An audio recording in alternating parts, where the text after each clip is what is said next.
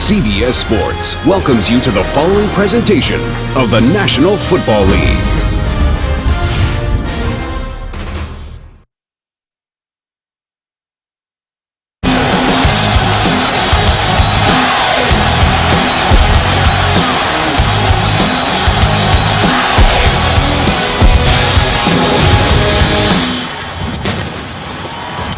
Back in Tampa, the Houston Texans won the coin flip, and they will receive. So Matt Schaub getting set to make his way onto the field. Originally a third-round pick of Atlanta, spent 3 years with the Falcons. This his fifth season here with Houston. Well, Marv, he's had a chance to rest his arm the last couple of weeks because Foster and Tate have been running wild. But keep in mind, this is a quarterback that's passed for over 9,000 yards the last 2 seasons. Just one of 6 quarterbacks to do that in NFL history. He's certainly capable. A punter, Michael Keenan, will kick off. You're looking at Quentin Dents, 4-year man out of UTEP. Is back deep. Cut in the preseason, then re-signed a backup defensive back. He and Jacoby Jones are sharing the return duties today. And we're underway. Dents will stay right there. They'll bring it out to the 20-yard line as we check out the guys up front for the Texans. 6'7" right tackle Eric Winston missed 3 days of practice this week due to a back problem, but he is in the lineup. Houston's running game, as we discussed earlier, off the charts, led by the NFL's leading rusher last season, Arian Foster, who's had 3 straight 100-yard games. Texans start out from their 20. Schaub rolling right.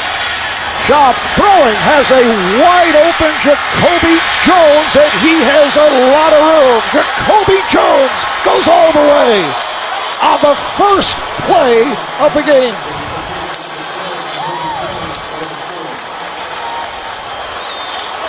'80-yard pass play. Jacoby Jones with his second touchdown of the season. Matt Schaub throws for his 14th. Well, they do such a great job with the run action. They never feel Jacoby Jones. Defensive backs playing with their eyes in the backfield. This team has run the ball so well the last couple weeks. Tampa Bay has been talking about stopping the run all week, and they turned Jacoby Jones loose on the first play of the game. Neil Rackers for the extra point. And it was blocked.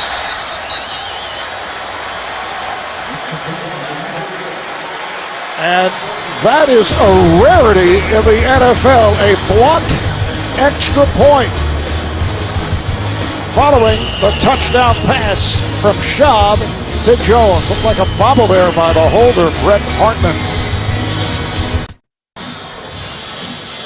Nice way to start a game.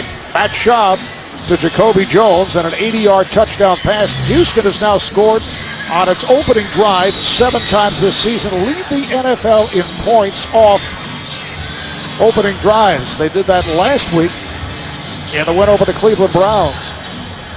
Neil Rackers with the kick. Sammy Slaughter is back deep. Comes up for a short kick. Out to the 20. Finds some running room and brings across the 25, just making the stop.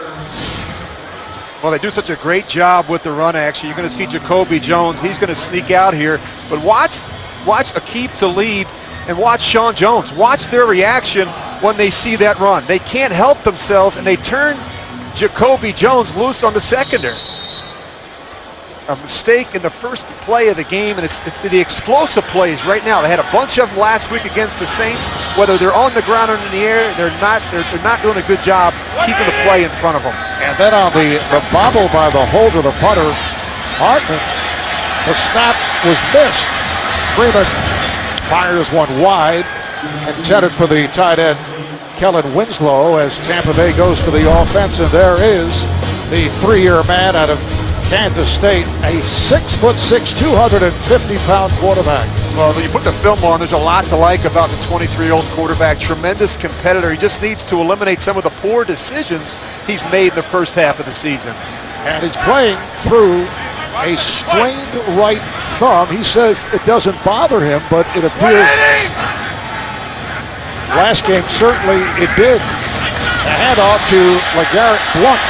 Broke tackles, reaching to the 32, met by the free safety Troy Nolan as we check out Tampa Bay's offensive line, which includes Pro Bowlers Davin Joseph at right guard, left tackle Donald Penn. Penn making his 69th consecutive start. Backs and receivers, LeGarrette Blount, who returned last week after missing 2 games with that sprained knee. Last season he led NFL rookie running backs with 1,007 yards. He averaged 5 yards a carry. He is a huge running back, goes about 6 foot, but listed at 247 pounds in a second year out of Oregon. Freeman could not find anybody. Now he does for a first down. Mike Williams, second-year player out of Syracuse, on the reception, and it is a first down for Tampa Bay. It's a 23-yard game. They're going to have to win the one-on-one battles against man-to-man coverage. You're going to see a lot of it today. You see Mike Williams is going to beat Bryce McCain, the nickel. Nice job by the quarterback, Josh Freeman, stepping up. He's going to have to do that a lot today. He's going to have to trust that the protection's better up inside. First down at the Houston 44. Blount is the single setback. On the short set, Freeman's pass deflected and falls to the field, intended for Mike Williams. Jonathan Joseph on the coverage. The Texans defensively, and they have been terrific. Out of the 3-4, defensive co-captain Antonio Smith in there despite a bruised shoulder. Outstanding group of linebackers doing it without the injured Mario Williams. Brooks Reed, the rookie out of Arizona, 2 sacks last week against Cleveland in the secondary. Jonathan Joseph has been exceptional, signing as a free agent after 5 years with Cincinnati.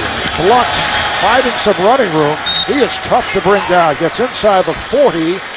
Picks up 5 more, stopped by the inside linebacker, Brian Cushing. Marv, he's the key to this whole thing. LeGarrette Blount needs to have a big day against this Houston defense. I mean, 13 carries last week against the Saints. That's not enough. He needs more touches.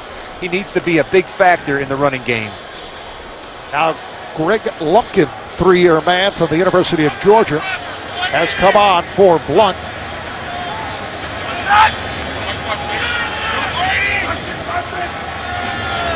Williams in motion. Freeman is taken down. Brian Cushing with his 3rd sack of the season. Well, you've got to account for Brian Cushing. He's right here. You know he's going to come just about every critical 3rd down situation. Now they're blocking him with the lineman. You see Davin Joseph right there. He's got his hands full. You cannot let Brian Cushing be a factor today. Michael Kanan behind his 40, punting to Jacoby Jones, who has already provided some excitement. This time a fair catch inside the 15. 34-yard punt. Number 56, Brian Cushing, celebrating the sack. The NFL on CBS is sponsored by Southwest Airlines. Find our fares online only at southwest.com. KFC, introducing the new KFC Cheesy Bacon Bowl. Today tastes so good. And by Geico, where 15 minutes could save you 15% or more on car insurance. Back in Tampa, Houston Texans wasting no time on that first drive with the 80-yard strike. Schaub combining with Jacoby Jones. Here's Schaub throwing again. This time he has the tight end, Owen Daniels. Loves to look for the tight ends, Daniels and Joel Dreesen. Tampa Bay's defense really struggled. The newest Buccaneer, Albert Haynesworth, signing this past Wednesday, added to the mix. The linebackers, the man in the middle, Mason Foster, the rookie out of the University of Washington. In the secondary, 5-time Pro Bowl quarterback Rondé Barber remaining a major factor. Rondé at 36 years of age in his 15th NFL season. Rondé actually a year older than his head coach, Raheem Morris. Schaub again, little flip to the right flank. Foster able to break a tackle and runs it out of bounds right at the marker. Does pick up the first down. Well, nice job on the screen pass, and they dial it up at the right time. They bring a pressure, an internal pressure, and a little bit of serendipity there. Unexpected good fortune for Arian Foster. Marv, he can be equally as dangerous in the passing game as in the running game. You just want to find ways to get him the ball on the perimeter. That was his 28th catch of the season. He's averaging 4 yards per carry, 6 touchdowns in all, and this time has a nice hold, working his way out to the 44, met by Albert Hainsworth. So Hainsworth comes up with the tackle after the 5-yard gain. Let's go to New York for an update. JV, Dan Marino. It's a passing Steelers team this year. Oh, no doubt. Opening drive, 8 plays, 54 yards. Here's Ben Roethlisberger rolling to his right, finds Jericho Cotchery in the end zone. 16-yard touchdown, 7-0 Pittsburgh in Cincinnati. Ben with 300 or more yards in 3 straight games. Back to Marvin Rich. All right, JB. Pass to Kevin Walter. Pick up a 5 and another Houston first down. It's interesting how the Texans are starting. They've come out throwing the football. They've run it so well. Tampa has talked all week about getting better in terms of their run defense. They went out and signed Albert Hainsworth. Now the Texans are spreading them out and throwing the football in the early downs.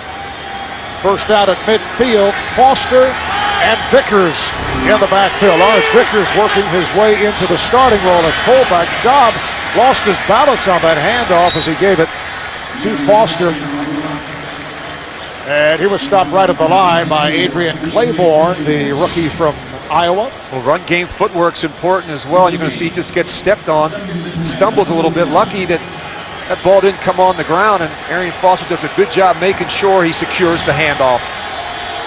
Talking about Mac Schaub, he has played well, certainly helped by the excellent running game, although earlier this season there was some concern. Schaub battered in 3 consecutive games. There's our first penalty marker. Number 76, offense, 5-yard penalty, second down.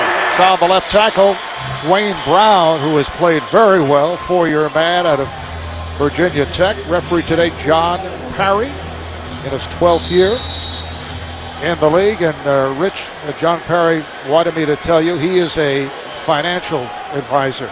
We have a lot of them around here this weekend with us, don't we? Just keep that in mind. Well, some who claim to be right. Financial advisors. Some of our CBS colleagues. Second down and 15 at the 44-yard line. Foster back to midfield, and he picked up 6. Mason Foster and Adam Hayward make the stop on Arian Foster, head coach of the Texans, former longtime backup to John Elway in Denver. Gary Kubiak, born and raised in Houston, in his 6th year as the head coach of the Texans. Longtime assistant under Mike Shanahan with the Denver Broncos. Crowd trying to get the Bucs defensive unit going. It's a 3rd down and 9. Schaub from the gun. Flag comes flying. Schaub throwing. Nice catch made inside the 35-yard line by Derek Mason. But there is a flag. Well, penalties continue to be a problem for this defense. Offside, defense, number 94. Penalty's been declined. Result of the play, 1st and 10, Houston. It's called on the first round draft pick from Iowa, Adrian Claiborne. Keep finishing the play even though there's a false start. Eric Mason makes the catch, but the penalties continue to be an issue for this football team. They've committed the 3rd most in the league. Ben Tate has checked into the lineup, but Schaub rolling right. Schaub releases. It is caught by the tight end Daniels, knocked out of bounds at the 22-yard line, so it's a gain of 12 and a first down.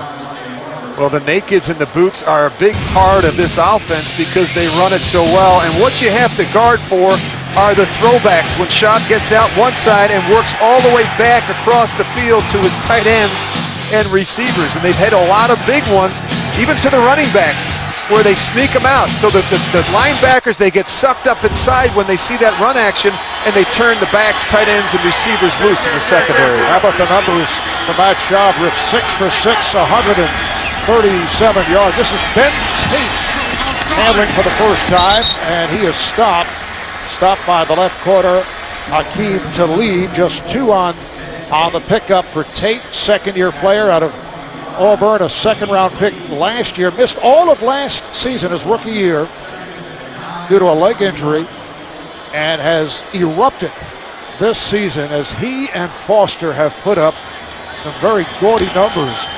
It's been amazing to watch, and just when one gets a little tired, they bring a fresh back in, and that makes it very difficult on the defense. They can wear down a defense over the course of a game. 2nd and 8.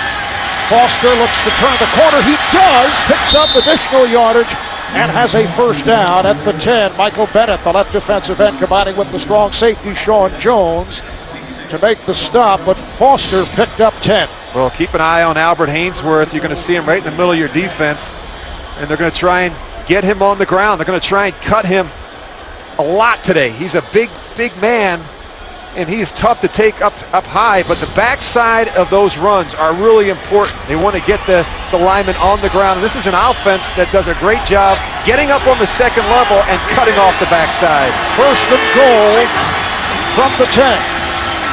Play action.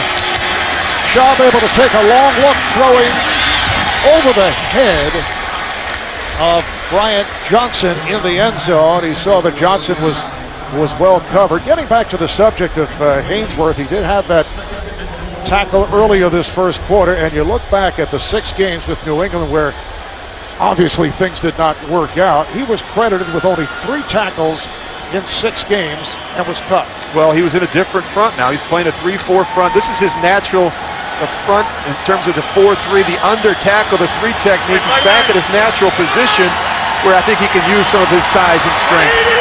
12th play of this drive. Foster, nowhere to go, and took a pretty good pop. Hit by Aqib Talib, the left corner. Foster gained a yard on the play. I really think it's important.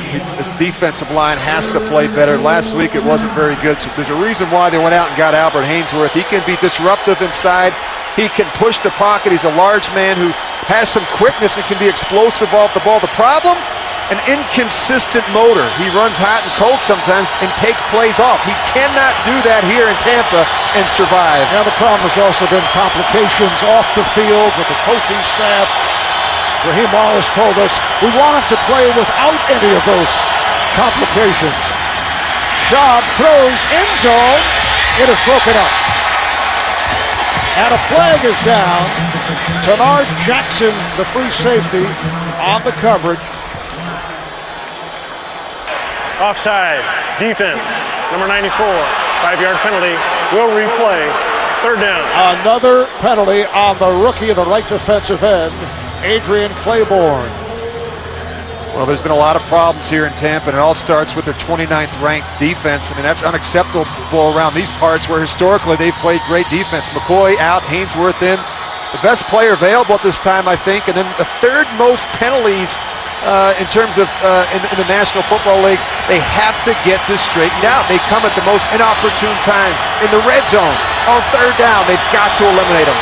And they've hurt themselves in that department here today. A little flip pass picked off to lead with the interception of Matt Schaub.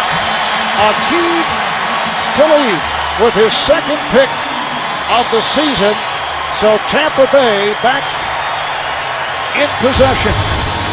6-0 early lead for Houston, but Schaub picked off by Talib. Tampa Bay will take over. Matt Schaub intercepted a moment ago, so the ball back in the hands of Tampa Bay quarterback Josh Freeman, who has not been as effective as a year ago. We touched on that right at the start of the telecast, and Richie told us Friday after practice. Houston Very candid about it. Well, there's a challenge now by Houston. Interception versus an incomplete pass. We'll review the play. A challenge in terms of Aqib Talib having possession. There was a bobble. It was a true possession. And we'll take a break and we'll come back to hear the verdict on the Gary Kubiak challenge. The NFL on CBS is sponsored by Toyota. And by Sprint. All football, no limits, only from Sprint. Back in Tampa, just under 4.5 left in this opening quarter. 6-0 lead for the Texans on the Buccaneers. Gary Kubiak challenging on this apparent interception. Well, Schaub has to let go of it early. The problem is Derek Mason's not even looking for the ball. He's not expecting it right there, and Aqib Talib does next best thing, jumps right in there and makes the play. I think he's got possession of it.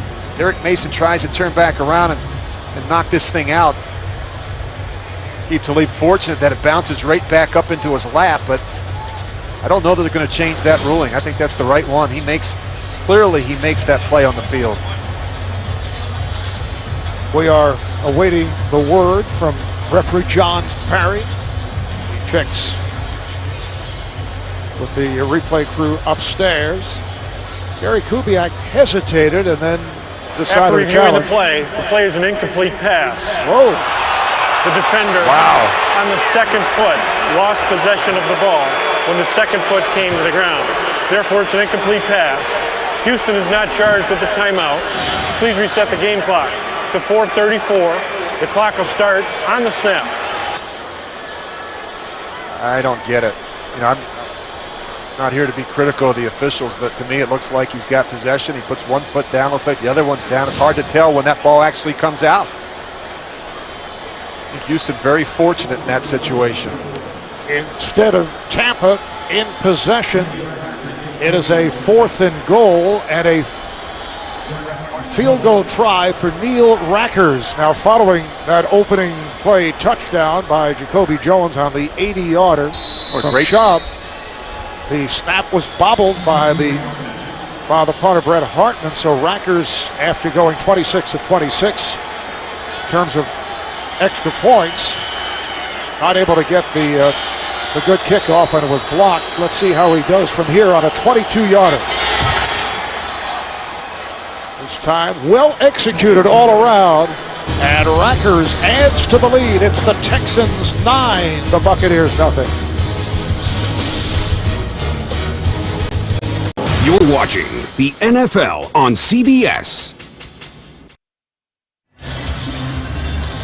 14 plays, 80 yards, and Texans have the ball for 7 minutes, 23 seconds, leading to the Rackers field goal thanks to the reverse on the call off the replay as Brett Hartman gets set to kick it off to Preston Parker.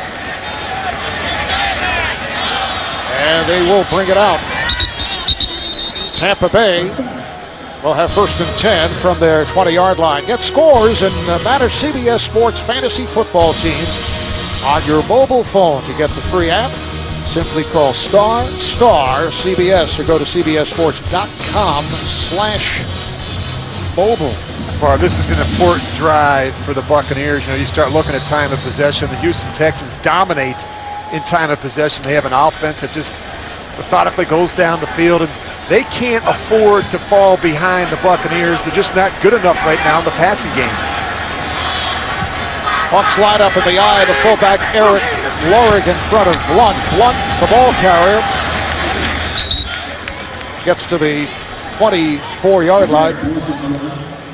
Talk about falling behind in games, and Houston historically has gotten off to real fast starts. You look at the first half scoring differential. Houston, one of the best in football, 112 points in terms of differential. Look at Tampa Bay. They get off to slow starts, and when they can't run the ball and be in a close game, they have to throw it a bunch. They really struggle. I just don't know that they're good enough right now on the perimeter to win a lot of one-on-one battles. Eventually they have to throw a lot. That's why Freeman has thrown for over 2,000 yards. That pass incomplete, intended for the tight end, Kellen Winslow. I mentioned that sprained right thumb, which is heavily taped. I thought that handshake that you gave Josh Freeman was a factor the other day. Well, it's never a good thing when you have your starting quarterback tape up his thumb prior to the start of the game. We saw him in practice on Friday. I didn't think he threw particularly well. I think it's still bothering him. And he mentioned earlier in the week throws to his left. He really struggled with those throws. The ball was kind of spraying, getting away from him. He since has worked on it, but this thumb to me is still an issue. He's opened up 1 of 4, just 23 yards, and that is complete, but a flag down. Kellen Winslow with the catch just shy of a 45-yard line. Glover Quinn, the strong safety, on the coverage. 21-yard gain, but there is a penalty marker. And it appears that the Bucs are upset.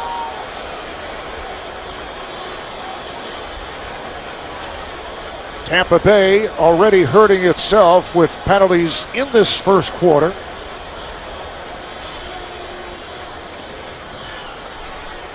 After the catch, personal foul, number 82, face mask, 15-yard penalty from the end of the run. Kellen Winslow following the reception, grabbing the face mask. Well, I think the throws to his left. Look at this ball wobble. I mean, that's an ugly throw right there. He fits it in to Kellen Winslow. And, it's the penalties at the end of plays that really continue to hurt this football team. I don't see that right there. They're going to call that on Kellen Winslow. He's trying to get the ball. He inadvertently clips the face mask of Glover Quinn. That should not have been a call. And I'd be very frustrated if I was Raheem Morris right now. And he told us in practice this week that he put the players on the line. Wind sprints in practice for the entire team, not just the offender when they jump off sides or they have these foolish penalties. It's the concentration penalties right now, Marv, more than anything that are really hurting them. The false starts, the neutral zone infractions, the personal fouls, selfish penalties that kill a football team. Instead of a first down near midfield, third down and 9 at the 21. Coming up on 3 minutes to play in the first. That is incomplete. A bullet intended for Preston Parker. So the punting team will come on. Marv, I've been talking about the Bucs having to win the one-on-one battles, and talking with Josh Freeman on Friday, he said we're seeing a ton of man-to-man coverage. And they feel like teams feel they can match up against the young receivers in Tampa. And guys like Michael Williams, Aurelius Ben, Sammy Slaughter, they have to start winning these battles.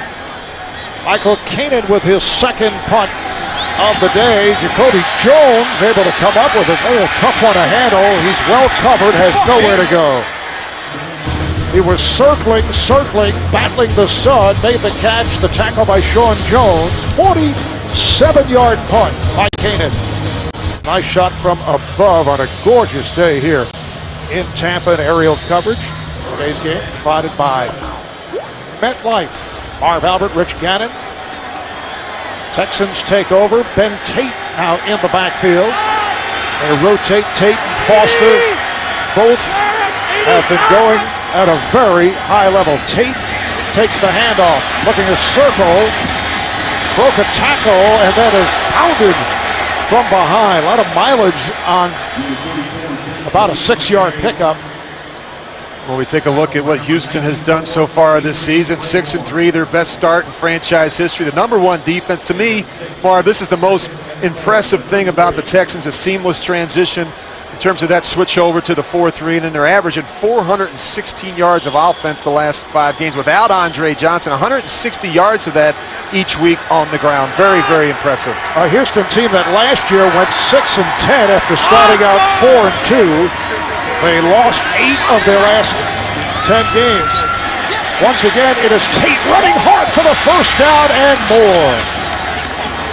Tenard Jackson, the free safety, running about a bounds. 14 yards for Tate. How about Ben Tate, who has run for 623 yards, averaging just under 6 yards per carry, and has scored 2 touchdowns. And he can run inside or outside, and very patient runner, a lot like Arian Foster. Probably brings a little bit more power Not maybe quite the speed that Arian Foster, but look at those numbers. 645 rushing yards already this season.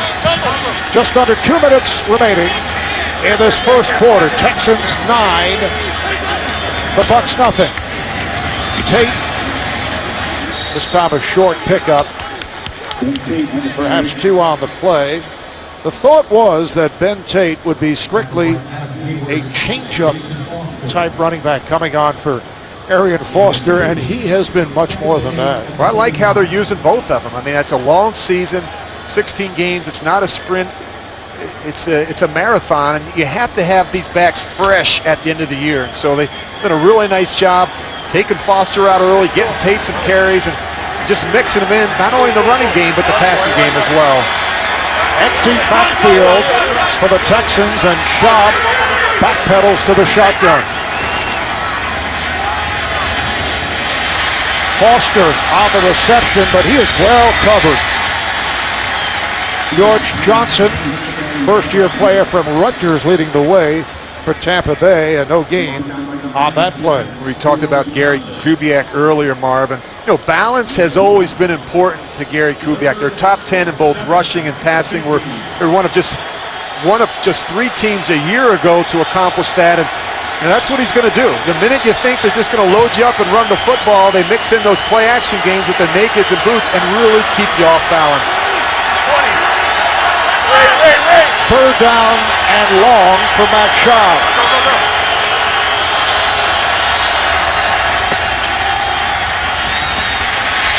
Schaub in trouble, was able to scramble free and just throws it away. Eluding the sack, somehow was able to work his way out of trouble. Michael Bennett putting the pressure on. Well, this is what the Bucs have to be able to do, get more pressure on the quarterback. This is an area where they've really struggled. Matt Schaub steps up, throws this one away, and just 12 sacks through 8 games. They're 31st. You can see Price there. He's going to, at the end, falls down. It looks like one of his own teammates falls on top of him, Adrian Claiborne. Hope he just got the wind knocked out of him. Price has to play better inside, especially without Gerald McCoy. He did not play well last week. When I went back and studied the film, he was playing off the ball. Raheem Morris has talked about the key to stopping this Houston rushing attack is vertical penetration. They have to get through up on different levels of this offensive line, create some seams along the line of scrimmage. That's the way you disrupt this Texans rushing attack. Brian Price moved over from the right side to play for the injured Gerald McCoy as we come to the end of this first quarter. You say you study the film. See, I get videotape. Is that special coach's film? It is. Do they actually have film? Technically, no. It wouldn't be considered Technically, film. no. So it was tape. I just wanted to clear it up. You want to make sure you get the same thing I'm getting, right? You don't get shortchanged. I'm envious. Thinking, why does Rich get film? Flags are thrown with 5 seconds. Number 54, offense, 5-yard penalty, 4th down. Offside call on Mr. Alexander. You love his name. You were talking about that all week. I was. Mr. Alexander. I was very excited. Do you know why he was named Mr.? No. I know you know why. I do. I have the answer for you. Booming punt. And there will be no return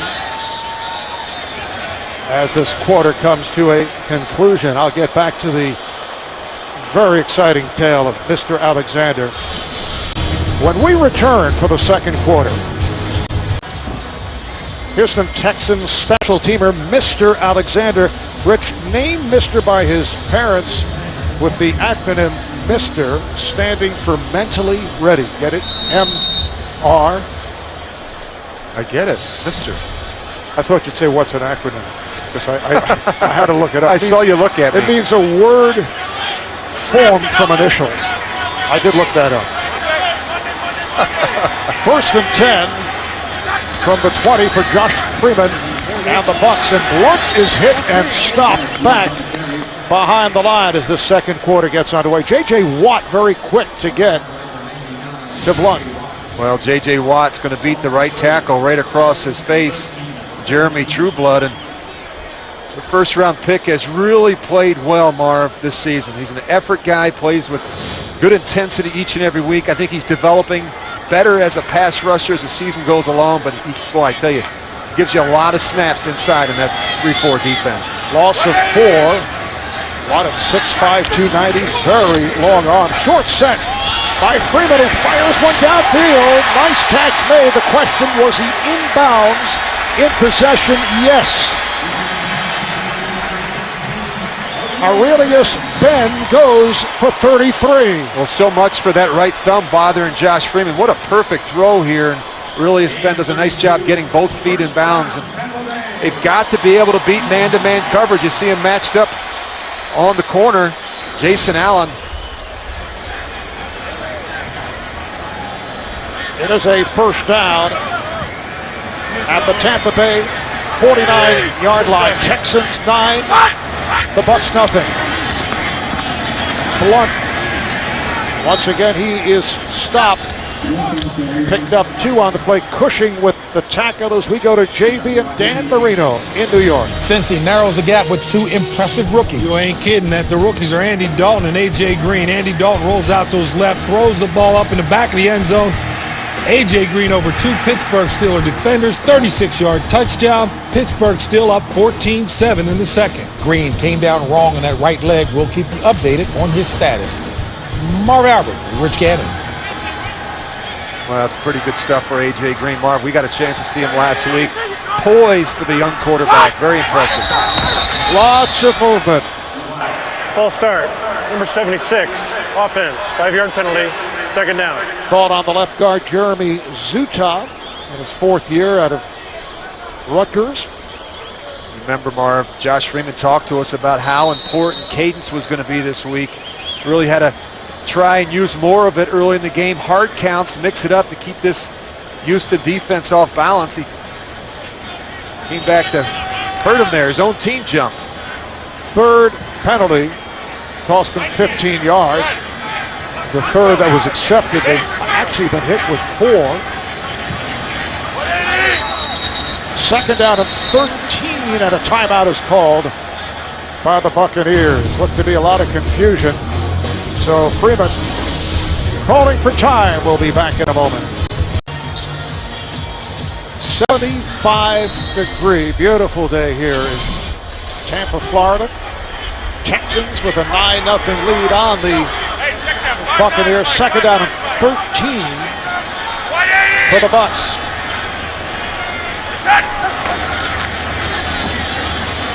Freeman with a jump pass. Picked up by Kellen Winslow, but a flag down once again. Holding, number 76, offense, 10-yard penalty, will replay, second down. And again, it's the left guard, Jeremy Zuta.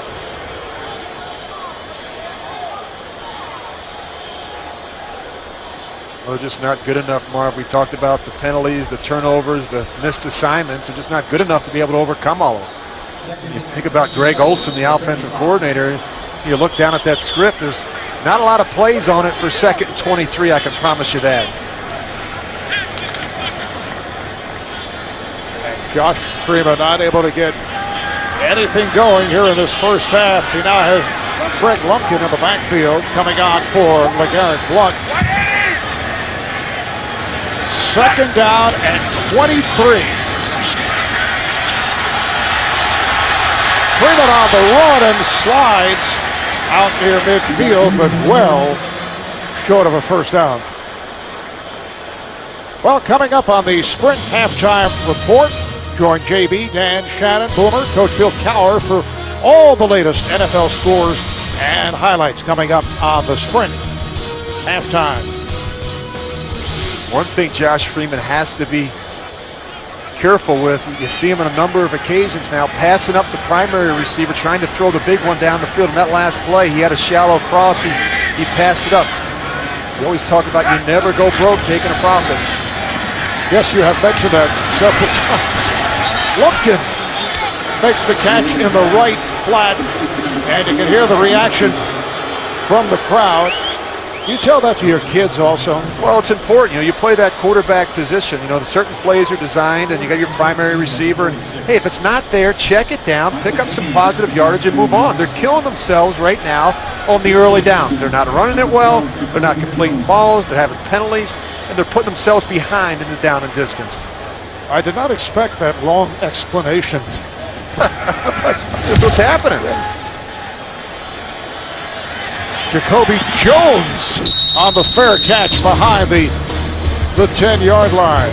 We'll talk more about that during the commercial break, Rich. 42-yard punt. We'll be right back. The NFL on CBS is sponsored by Scottrade. See for yourself why so many investors are saying, I'm with Scottrade. The HTC Resound, the only phone with built-in Beats audio. And by Triple Hops Brewed Miller Lite. Taste greatness.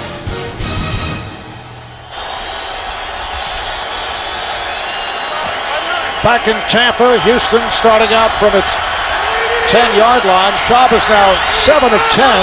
Started out hitting his first 6 throws. Arian Foster gets the call. Just a yard on that play. Albert Hainsworth with a second tackle. One more, and he matches his entire total as a member of the Patriots. Oh, you're wrong. Did it in 6 games for New England. Well, you know, this is a guy that can draw some double teams, Marv, up inside, and he can push the pile. And it's not going to be easy for Chris Myers today. We talked to him last night. He knows that Albert Hainsworth is a load, and he should help the guy next to him. You know, you think about Brian Price. He should benefit. Those 2 defensive ends should benefit as well. 2nd and 9 at the 11, and a flag is thrown. You go back and you study Albert Hainsworth, he has struggled. Neutral zone infraction.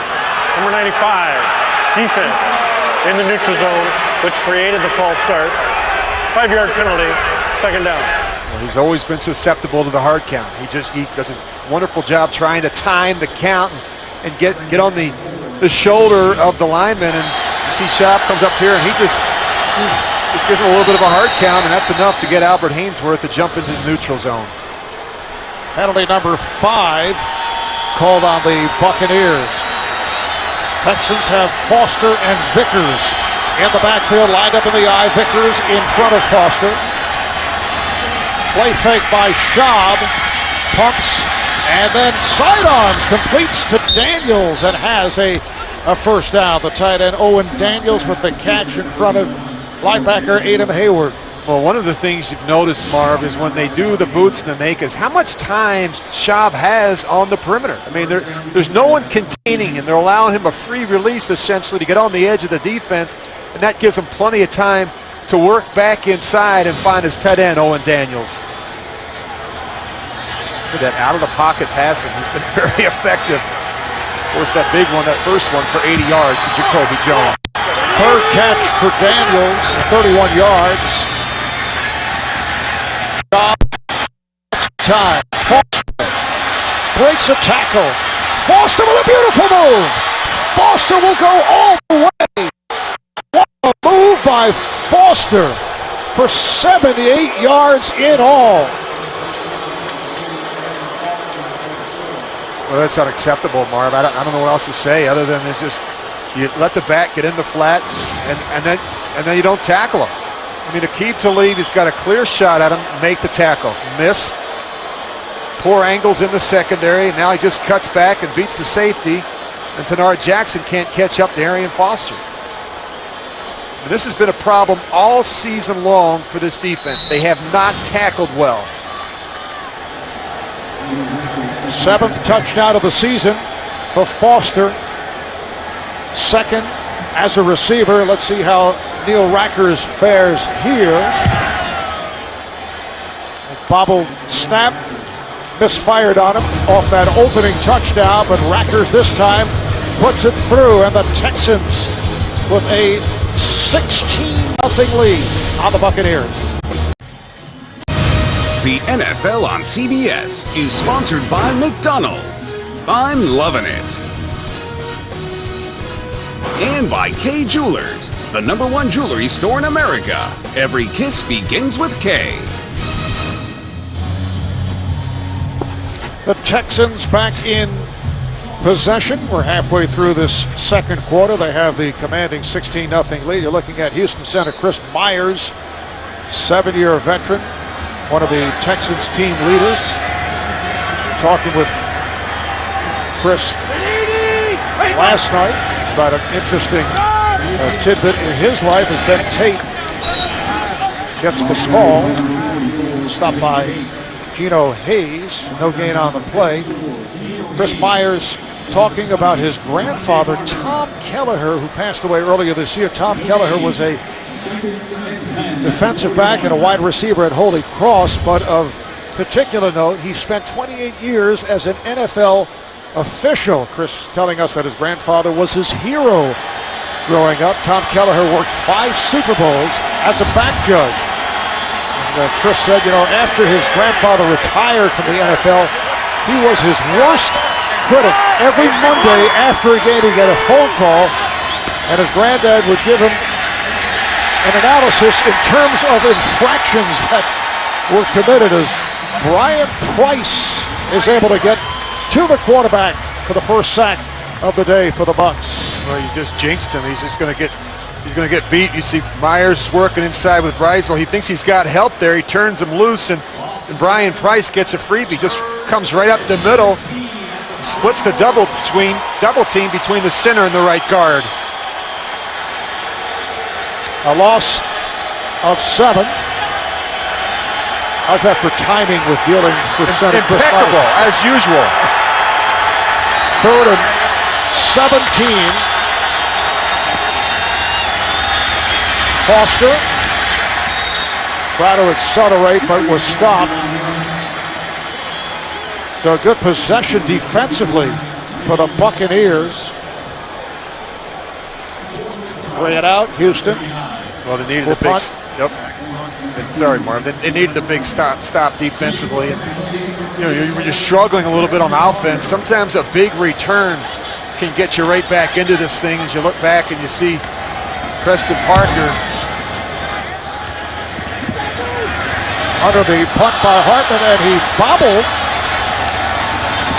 There's Parker, found some running room, refusing to go down. Nice recovery as he moves it across the 35-yard line after that muff 44-yard punt and a 23-yard return. Tuesday, a cop who remembers everything will turn to her family to solve a mystery that you'll never forget. Mary Lou Henner guesting on TV's #1 show, Unforgettable, Tuesday only, CBS. It has been a rough one for the Bucs. They've punted 4 times. They've been hit with 5 penalties, only 2 first downs. And not a lot of big plays, and that's been a problem, not only in the running game, but in the passing game. They need an explosive play to kind of get them going. Freeman looking to throw on first down. Goes short range. The flag is thrown. Mike Williams making the catch and bringing out to midfield, met by Connor Barwin. Number 75, offense, 10-yard penalty, first down. They bring it back as the right guard, Davin Joseph, a Pro Bowler back in 2009, is called for the hold. Well, again, the penalties, Marv, we've been talking about it. We talked at great length with Raheem Morris about it. It's driving him crazy. He said it's been such an issue that he's actually had the players run wind sprints in practice. He talked about even on Wednesday, they had a fight in practice on Wednesday. Let the 2 players finish, and then he got the entire team on the line and had them run. And this is a problem they've got to get corrected. Sets it back to a 1st and 20. Freeman able to complete across the 40. Kellen Winslow makes the catch. Troy Nolan on the coverage. Winslow last season 66 receptions, including 28 on 3rd downs. His 8th year out of the University of Miami, picked up 14. Well, that's the matchup they have to take advantage of. Kellen Winslow matched up on the linebackers and the safeties in the middle of the field. When push comes to shove, that's kind of his security blanket. That's the player I think he trusts the most in the passing game. 2nd down and 6. Blunt And to this point, Houston has done a very good job on LeGarrette Blount. Lost a couple on the play. Well, they're doing such a good job fitting and filling holes. There's not a lot of places for LeGarrette Blount to go. You look at the pressure. Internal pressure usually hurts you in the running game. They're not doing a good job cutting off the backside. Look at those numbers. Penalty yards, 49. Rushing yards, just 25. And Blount has carried 7 times for only 14 yards. 3rd and 8. Lumpkin has a first down.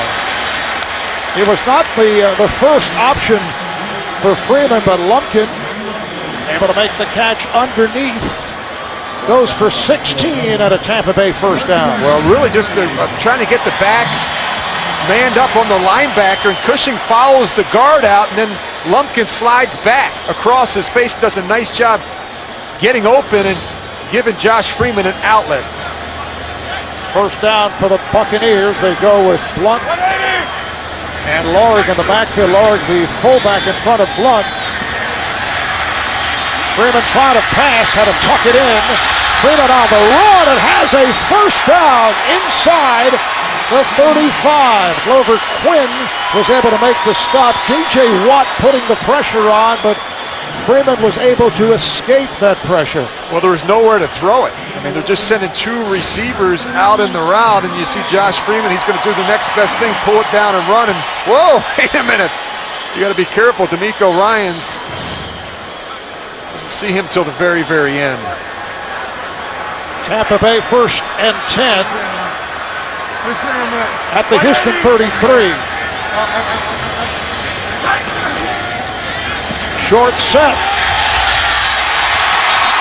Another first down picked up by Mike Williams. A beautiful pass on a timing pattern as Williams is working against one of the best quarterbacks in the NFL, and Jonathan Joseph. And remember what Jonathan Joseph told us last night, that Mike Williams caught the game-winning touchdown on him last year when Jonathan was with Cincinnati.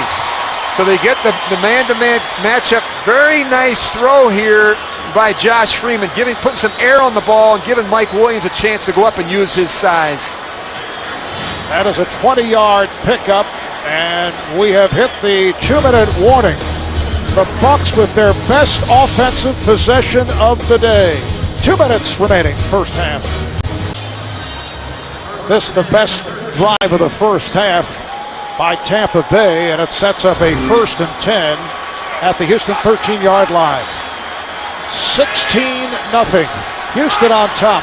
Blount, the lone deep back.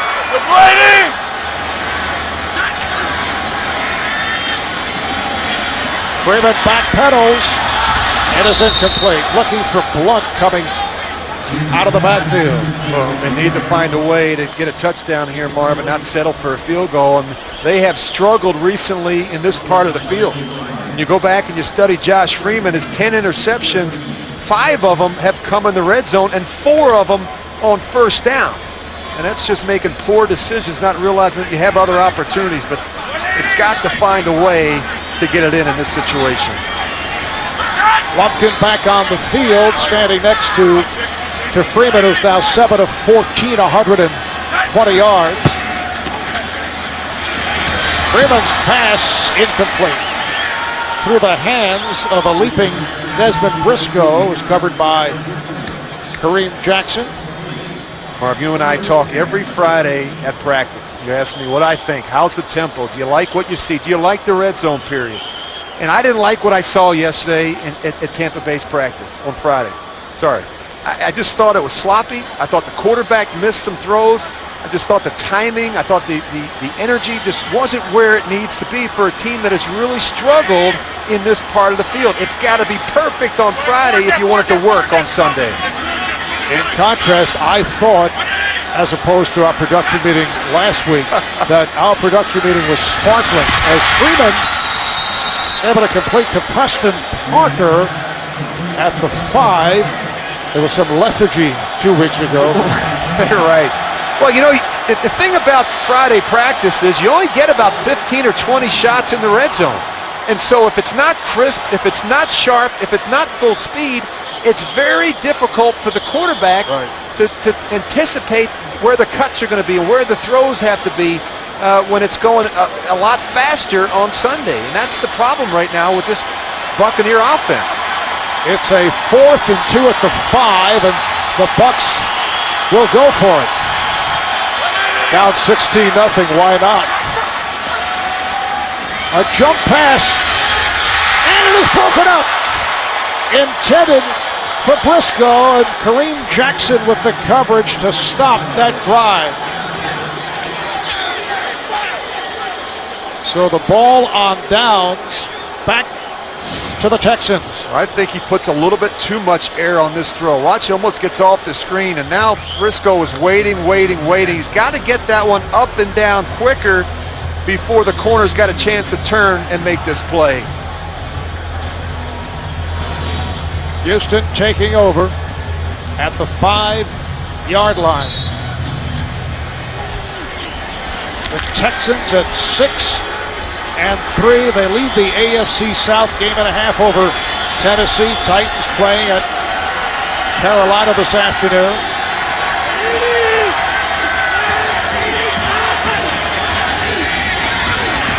This is Foster, and a flag down.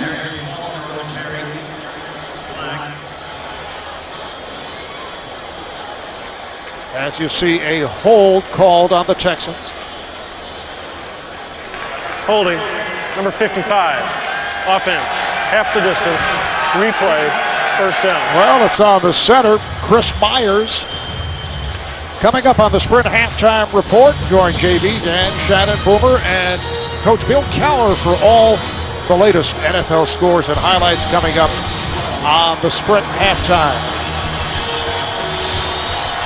Sets it back to a 1st and 12. The ball is at the 3. And it is Foster. Did he get? Let's see. Well, lost a couple. The question was, did he get out of the end zone? But they'll move it back to the 1. Well, I think what you're talking about is a good effort by the back, extending the ball over the goal line. Penetration, vertical penetration is going to be the key here. Michael Bennett. Now watch Arian Foster just extend that ball over the line. It was almost a safety as the ball is placed actually about the half-yard line. Tampa Bay takes a timeout, so they have 1 remaining with a minute and a half left in this first half.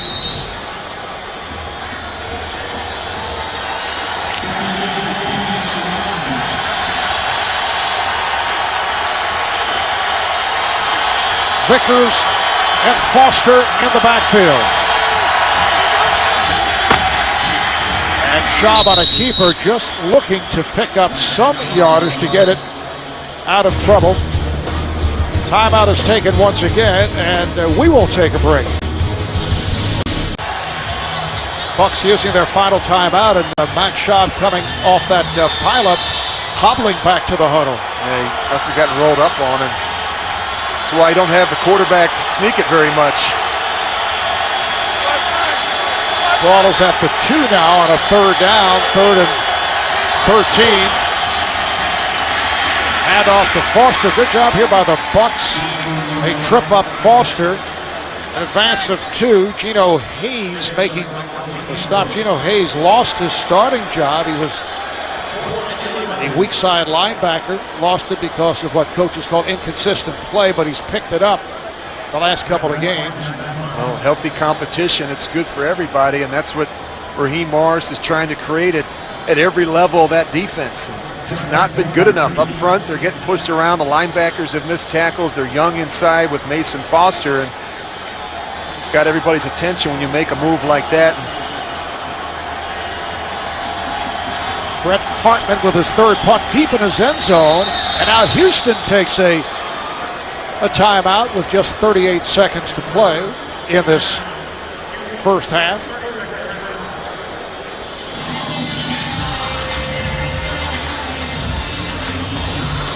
Well, for more than 30 years, it's been the must-see show the pros watch. Unscripted, unrehearsed, unpredictable inside the NFL Wednesdays on Showtime. Everyone here seems so happy on Inside the NFL. These guys, they appear delirious. They're our buddies. We tune in every week. No one is that happy. We got a former Buck. I'm always curious to see what our guy Warren Sapp has to say, an old teammate of mine with the Oakland Raiders. Preston Parker back deep. And here's the punt by Hartman facing a big rush and a good punt. Parker with the return. And taken down at about the 47.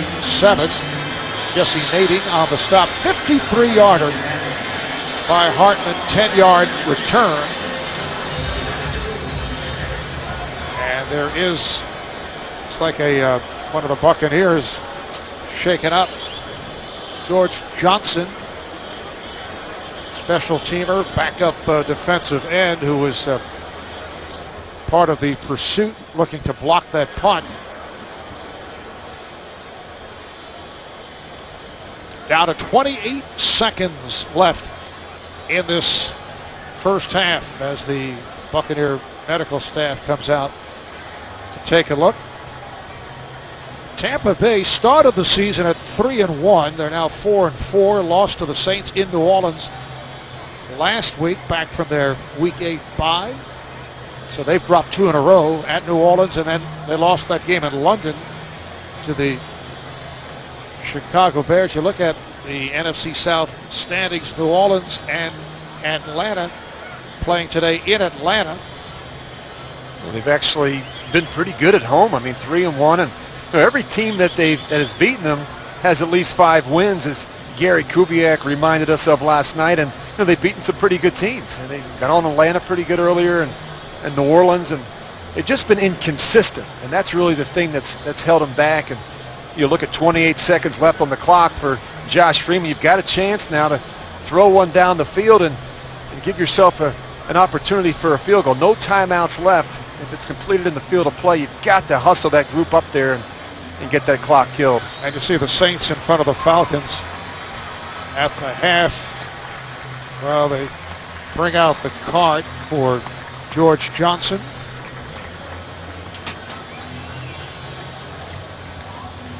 Things did not start well for the Buccaneers.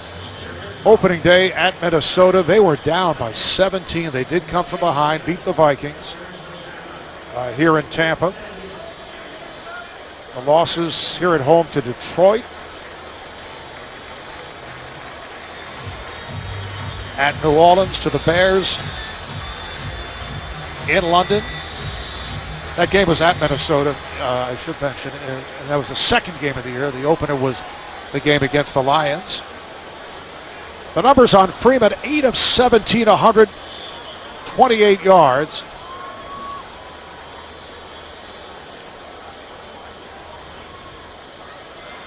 Once again, Freeman working out of the shotgun. Nice leaping catch, but short of the first down. Kellen Winslow on the reception picks up 7.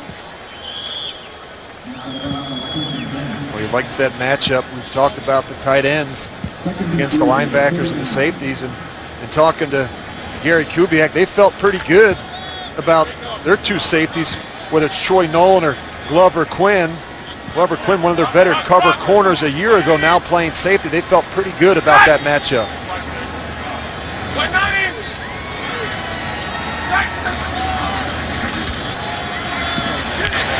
Freeman going the middle. The catch made right at the marker by Briscoe. Tampa Bay, I should say by Lumpkin. Tampa Bay to the line in a hurry, and they'll just run it out. 3 seconds to play.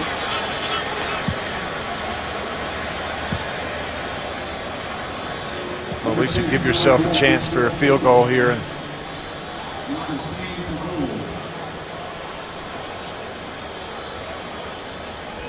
so field goal attempt coming up for Connor Barth, and it's a 54-yard attempt. Barth 16 of 18 on the season. 2 misses from 55 and from 46. And timeout is taken by the Texans. His career long, 54 yards. And it looks like there's a slight wind into his face. You look at it from our vantage point, a little wind from right to left, and that's not going to help him at all.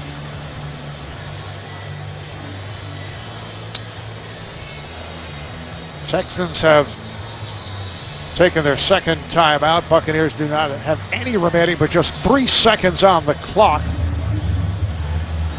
And Houston has that 16-0 lead.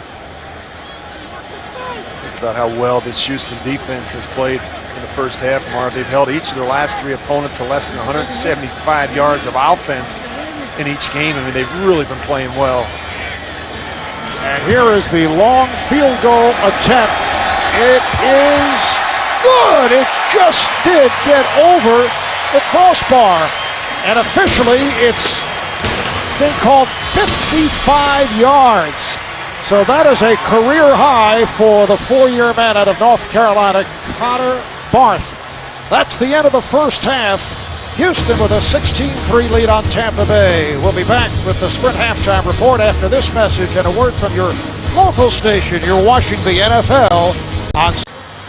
Back in Tampa, headed to the second half. The Texans have a 16-3 lead on the Bucs. Marv Albert with Rich Gannon. Let's take a look at the NFL mobile recap presented by Verizon. This is first play by Houston from scrimmage. Matt Schaub for Jacoby Jones, who goes 80 yards for the score. That's how they open the game. And Rich, it has been all Houston in that first half. Well, you want to start fast, and that's just what they did. And you think about a couple big plays in the game, the throw right there, and of course the one to Arian Foster where he goes 78 yards. Poor tackling has really hurt the Bucs defense. The penalties as well on offense. They've got to get things turned around here in the second half. One of the most penalized teams in the NFL, and Tampa hit with 6 penalty calls in the first half. Yeah, the penalties are just not good enough to be able to overcome them. And then look at the yards per play. That's amazing. Tampa's defense allows an NFL worst 6.3 yards per play in the first half, 9.6, and then yards after catch. And Marv, this gets back to tackling. Just good, sound, fundamental football, getting them on the ground, and they're not doing that. Now, one of the things that's really surprised me is that right there. LeGarrette Blount, 7 rushes, 14 yards. And, you know, just last week, we talked about he needed more opportunities, more carries. He had just 13 against the Saints. They've got to find a way to get him going because he can be a difference maker for this Buccaneers offense. Brett Harmon kicking it off for the Texans.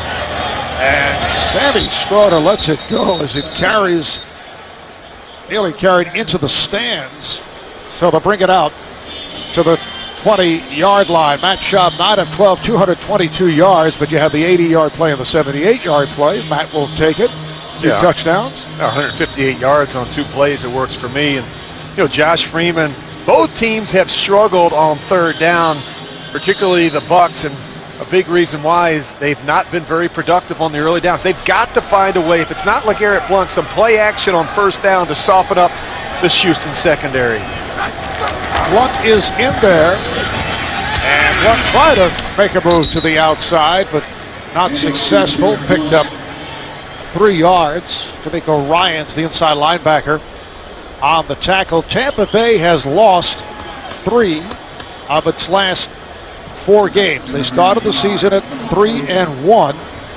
They're 3rd in the NFC South behind New Orleans and Atlanta. Second down and 7 from the 23 as this third quarter gets underway. Once again, Blount. Very difficult to bring down and has a first down getting across the 30-yard line. Well, Marv, you could certainly make the argument that Wade Phillips may have been the most important offseason acquisition. The job that he has done with this defense, it's been incredible. A seamless transition. They continue to be one of the league's most improved units. Look at it. Number 1 in total defense, number 2 in pass defense, number 4 against the run, number 3 in points allowed. He's done an incredible job, and that guy right there, Brian Cushing, has been playing lights out. Wade Phillips back in Houston where he started his NFL career some 35 years ago, and down goes Josh Freeman.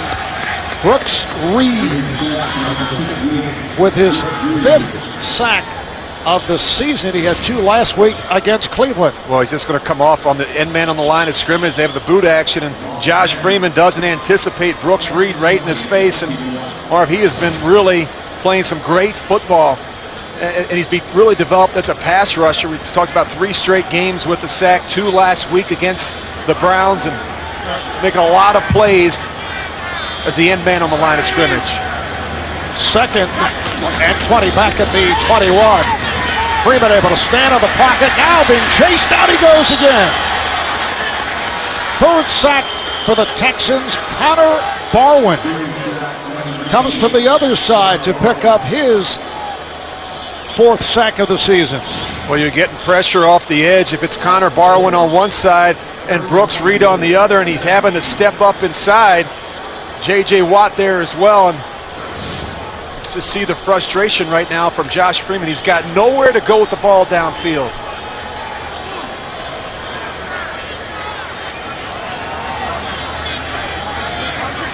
Third and 24.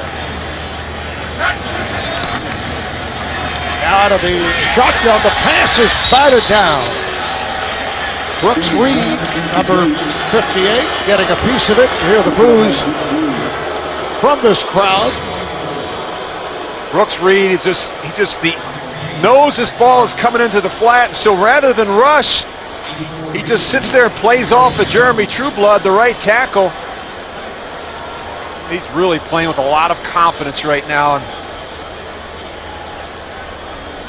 Busy day for Michael Keenan. This is 5th punt.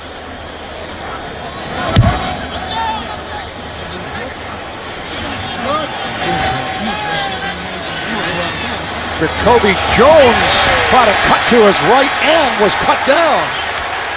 Jacob Quintero, backup linebacker, on the tackle, 49-yard punt, just a 1-yard return. Houston taking over at the 35-yard line. Handoff to Arian Foster, finds a hole, showing the quickness Rondé Barber was able to get to him as Foster goes for 13 yards. This is a Houston team that has done exceptionally well, despite the fact they're missing key members. Pro Bowl wideout Andre Johnson missing his 6th straight game with that injured right hamstring, recovering from surgery. One of the NFL's better wide receivers. During the early part of the week, he thought he might be able to return. This is Foster again in the open field, and rams his way for another first down. Sean Jones with the hit. 17 more for Foster. Well, you talk about a back with good vision. Just watch Arian Foster. Great cut there. Watches, gets away from Rondé Barber, who's literally in the backfield, and watch him finish that run at the end. This guy runs with some power. Boom! Keep Talib doesn't want to make that tackle. 11 carries, 59 yards for Foster. Now Tate on the field, takes the toss. Here comes Tate, and he has a first down and some more. Runs it inside the 25-yard line, led by Lawrence Vickers and the left tackle, Dwayne Brown. Well, somebody's got to contain. And look at Hayward, look at Barber. Neither of them do a good job. This has got to be forced. Someone's got to be able to force this run back inside. They both get hooked or locked, and that gives the back, Ben Tate, plenty of room to run around the edge of that defense. Well, they're just, right now, they're not playing sound defense. First down for Houston at the Tampa Bay 21, looking to add to that 16-3 lead.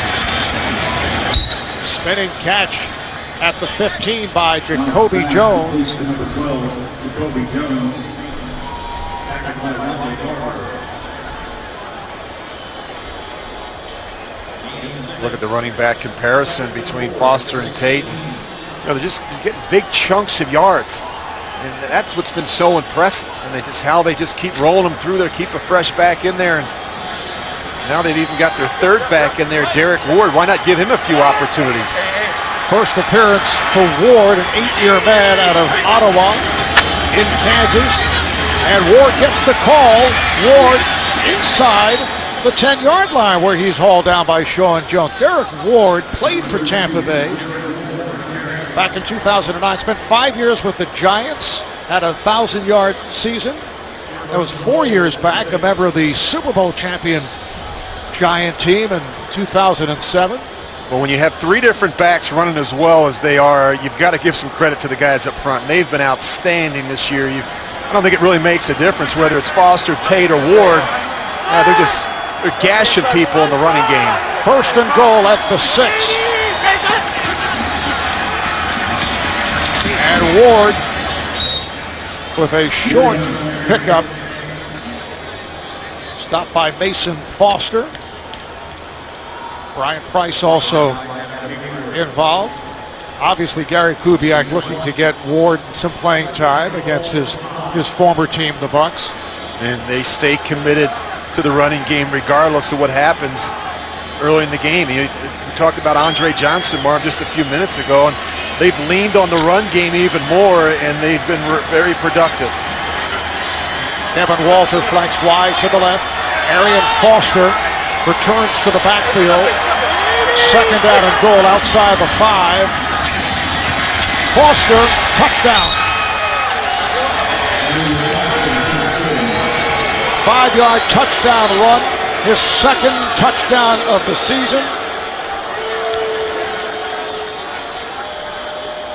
Well, this is just too easy, and they're not getting off blocks. And you watch the defensive line; they're getting blocked, and of course the linebackers and safeties they're not doing a good enough job disengaging. And you're not going to tackle these backs with arm tackles. I mean, you have to gang tackle and get plenty of hats to the balls. And right now the Bucs just aren't doing that. Not playing good enough run defense. It's been a problem all season for them. Neil Racker is on for the extra point try. Puts it right through. So the Texans, who scored on their opening possession of the game, score on their opening possession of the second half for the 5th consecutive game. The NFL on CBS is sponsored by Southwest Airlines. Find our fares online only at southwest.com. The Home Depot. More saving, more doing. That's the power of the Home Depot. And by Ford. Drive one.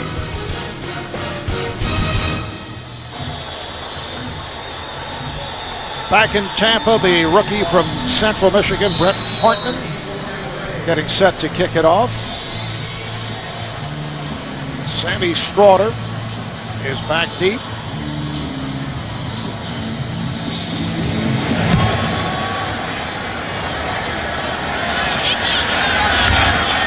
Stroughter crossed the 15-yard line and taken down just shy of the 25 by Jason Allen. Here comes Josh Freeman. Let's see if he can get anything going as Tampa Bay goes back to the offense. Back in Tampa, Marv Albert, Rich Gannon, a commanding lead for the Houston Texans over the Tampa Bay Buccaneers. Bucs first and 10 from their 24. Garrett Blunt is the feature back. Freeman looking to throw. Blunt, and that'll be a loss on the play. Miko Ryans making the stop. No gain, they say now. It has been a long day for Tampa Bay head coach Raheem Morris, 3rd year. His head man of the Bucs, was the defensive backs coach with Tampa Bay, rising through the ranks, played safety at Hofstra on Long Island. From Irvington, New Jersey, actually began his NFL career with the Jets as an intern as part of the NFL's minority coaching program. This is Blunt. And again, they gang tackle the 6', 250-pounder who went for 9. Set for another NFL Today update, JB and Dan Marino. All right, Marvin, it's a story of how Cincy has battled back. And they have battled back. Andy Dalton, 1-yard touchdown to Jermaine Gresham. tying the game at 17. Andy Dalton's second touchdown on the day. Since he was down 14-0. Let's take it back to Marv Albert and Rich Gannon. Well, guys, a lot of people question whether or not they could hold up against Pittsburgh. They played really well on the road. Quarterback keeper Josh Freeman looking for the first down. He's at the marker. It appears he picked it up from our angle. It is a first down for Tampa Bay. Just under 6.5 remaining in this third quarter. Houston has done it with big plays. First play of the afternoon. Sarcastic reaction from the crowd on the announcement of first down. Very first play, Jacoby Jones goes for 80 yards and a pass from Matt Schaub for a touchdown. Later on, it was Schaub to Jacoby Jones on a 78-yarder. There's Freeman being chased and throws it away. Well, you haven't seen Josh Freeman had a lot of opportunities down the field, and Texans have done a really good job applying pressure on the quarterback and getting hands on the ball, making big plays. Freeman's been running around, and you think about all the different players, whether it's Cushing, whether it's Barwin, and Reed right there, they've done a nice job getting pressure on the quarterback. Wade Phillips continues to blitz this young quarterback. Freeman looking at a 2nd and 10 from the Tampa Bay 35-yard line. And again, pressure. Down he goes for the fourth time. J.J. Watt picks up his third sack of the season. Well, 24 sacks already coming into today's game. That's the fourth best. And Josh Freeman's got to get away from the center. But when he does get away from the center, you look downfield, Marvin. We've been watching the secondary. They're not winning. You look at Mike Williams, Aurelius Ben, they're not winning against Jonathan Joseph and Kareem Jackson. Gary Kubiak telling us yesterday that Jonathan Joseph has been the impact player as far as their #1 ranked defense is concerned. And that is incomplete. Kellen Winslow, the intended receiver, and he was double covered. That's a big hit by Jonathan Joseph. And Barb, you were just talking about the addition of Jonathan Joseph, and it's made a huge difference. And Gary said he essentially shuts down one side of the field. And he plays, he's a guy that helped make that a very good defense in Cincinnati. He felt like there was an opportunity to come over here and do the same thing in Houston. The officials huddled up discussing that last play. Meanwhile, the punting unit has come on for the Buccaneers. The ruling on the field after discussion is a catch, interception, 1st and 10. Houston, the player was down by contact. Well, after the ball was deflected, we'll take a timeout. And apparently it was Brian Cushing who came up with the deflection, so it is an interception. Would have been a 4th down punting situation, but it adds to Cushing's stats. The NFL on CBS is sponsored by E-Trade. And by the Droid Razor. Thin is no longer frail, only at Verizon. Off the interception by Brian Cushing, they start out at the 39. And here is Arian Foster for Houston. Knocked out of bounds at the 32-yard line by Brian Price. Stay in the game all season long with the NFL's new selection of mobile apps. Get access to stats, fantasy news, video, and much more. Go to NFL.com/mobile and do it today. Now Ben Tate comes in following that run by Foster for 8 yards. It's a 2nd and 2. Here's Tate. He's running hard as he is about to approach the handoff. It just seems like every time they go to run the football, they're picking up 7 or 8 yards. I mean, it's just too easy. Too easy against the middle of this Tampa defense. And we've talked about how well the Houston offensive line has played, but Marv, we haven't talked enough about Albert Hainsworth today. Haven't talked enough about Brian Price. They are getting moved off the ball up inside.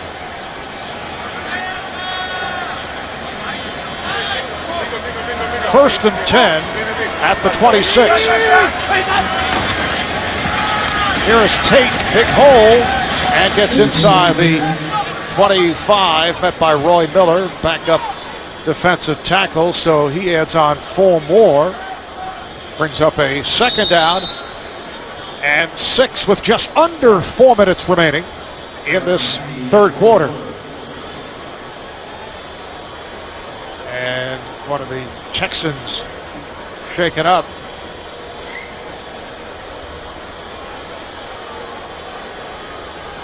All right, we will step away. We'll be right back. A moment ago, the two Houston tight ends, Owen Daniels and Joel Dreesen, involved in a collision. And you can see Daniels, it's like the left knee. Second down and 7 for the Texans at the Buck 23-yard line. Schaub coming up short, intended for Dreesen. Pressure from Daquan Bowers. Texans have been very effective. How about 9 yards per play for Houston?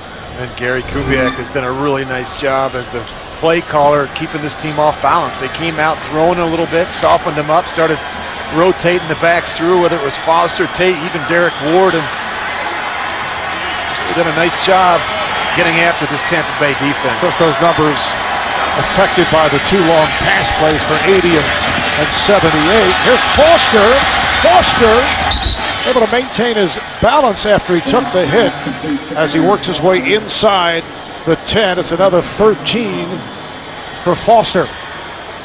Well, they have their empty no-back set, and they actually take Arian Foster, and they put him out as a wide receiver, and Matt Schaub's just going to kick this one out wide, and Jacoby gets a nice block, and now that allows Arian Foster to get up on the second level.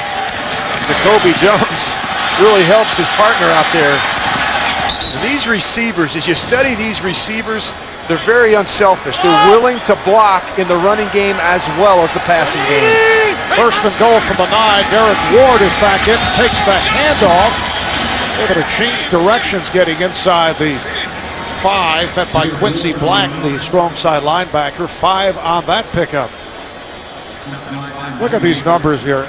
Arian Foster running for 71 yards. Receiving yards 102 on 4 catches. 13 carries for the 71 for a total of 173. Another outstanding performance by Foster. His third 100-yard receiving game. How about that for a running back? Second and goal at the 4. Another Houston touchdown. It is Derek Ward off a huge hole on the right side.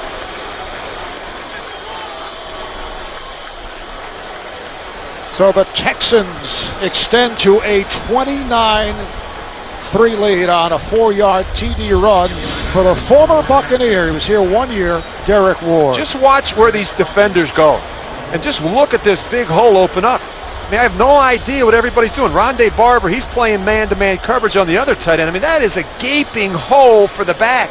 I mean, they're making it look too easy. All this set up by the interception by Brian Cushing, which placed the ball at the 39 instead of a punting possibility, which would have put it deep in Houston territory, and the Texans able to take advantage. Tonight on 60 Minutes, congressional approval ratings are at an all-time low and are likely to sink further when Americans hear what 60 Minutes has uncovered. Tonight only, CBS. Where we have 2 teams heading in opposite directions. You know, the Bucs inconsistency, and it started early in the game with the penalties and the missed assignments and the turnovers, and you look at the Houston Texans and how well they've really played on both sides of the ball. I mean, offensively, it's been a They put on a clinic, and defensively, I mean, they've been just as impressive. And they have not exactly elbowed their way into Raymond Jones Stadium. That's been the case the past couple of years. Once again, the game blacked out in Tampa, well short of a sellout. Here today, they sold out only 2 games this season. Last year, they did not have any sellouts, so all their games were blacked out. They do have 2 sellouts this season. One coming up against Dallas. Some confusion on the pickup. Briscoe ends up with the football, and he is taken down, tossed out at the 15. It looked like the kicker ended up with it. The hitman. That's our guy, the hitman, Hartman. Some anger. Throw him down. Go with your bad self. Players love that when the kicker goes down and makes a tackle. That's good to see. And he did that earlier in the season. Almost got hurt. Yeah, and that's how he got the nickname. And then Neil Rackers did it a couple of weeks back, and they started calling him the Hitman. First down from the 17, just under 2 remaining in this third quarter. The Texans have a 30-3 lead. And it is picked off. Josh Freeman throwing to the near side, intercepted by Bryce McCain. Well, you can't make this throw if you're Josh Freeman, and throws to your left. This is the ones that have been bothering them, and you throw these out routes. You cannot afford to throw it behind Preston Parker. Just a really alert play there by Bryce McCain, who worked right up underneath the receiver. McCain in his 3rd year out of Utah comes up with his 2nd interception of the season. You see Freeman's numbers in this 3rd quarter as it gets worse and worse for the Bucs. Houston first down at the Tampa Bay 14-yard line.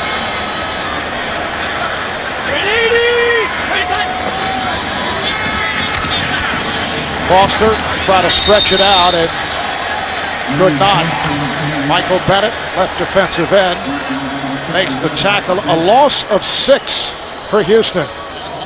Well, that's the kind of stops you want to see. You look at Josh Freeman there, and I don't recognize this quarterback. He played so well last year, 25 touchdowns and just 6 interceptions, and he just looks like a different player. He looks like he's lost a little bit of his confidence, his swagger. I don't think he's got a lot of trust in the players around him right now. When you watch him play, you watch him throw the football in practice. And also doing it with a sprained thumb, which has obviously affected some of his throws. This is Tate. Consecutive interceptions thrown by Freeman, the one by Brian Cushion off a deflection. And just a moment ago, McCain with the pick. It tells you, look at that production there. Arian Foster, 167 yards by himself. The Bucs on the day just 167. And I said earlier in the game, Marv, they cannot afford to play from behind. And they got off to such a slow start. I knew it was going to be a long day for the Tampa Bay Buccaneers.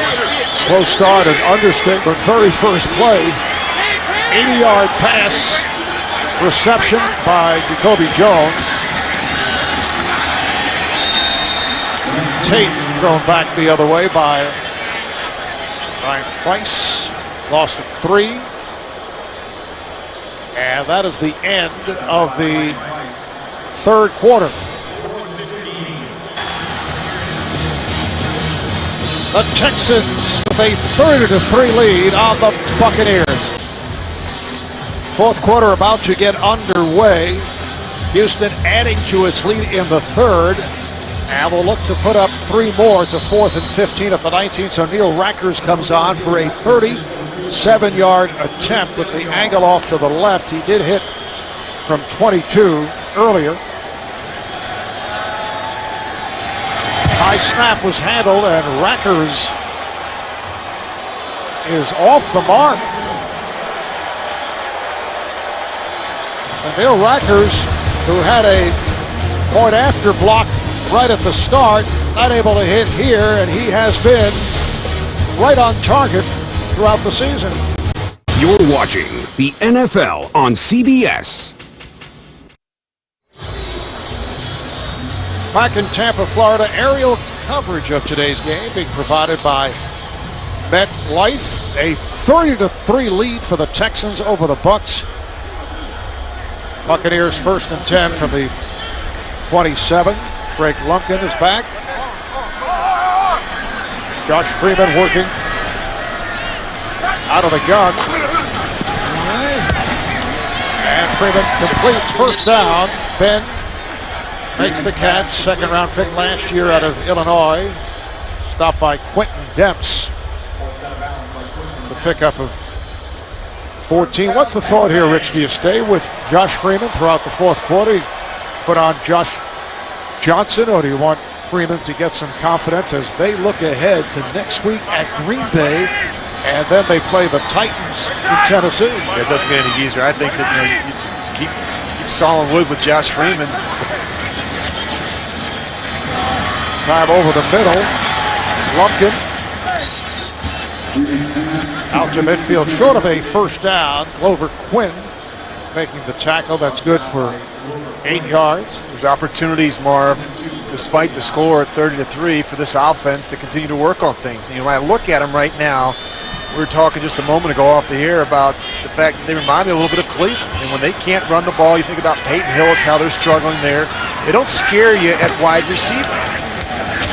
Inside handoff for Lumpkin, who was able to find some room. Has the first down inside the 35. Tackle made by Demps. That's a 19-yard advance. Well, they little inside run out of the shotgun, and this is what you have to do. Change it up sometimes and get in your sub package and run the football with Craig Lumpkin, who's actually been a pretty good player for them this year as their 3rd down back. Lumpkin, a 3-year man out of the University of Georgia. Lumpkin gets to the 30, met by Cushing and Barwin. It has been a very long day for the starting running back. LeGarrette Blunt came in averaging 4.5 yards per carry. Blunt returning last week after missing 2 games with a sprained left knee. Pass over the middle intended for Preston Parker, and a penalty flag is thrown.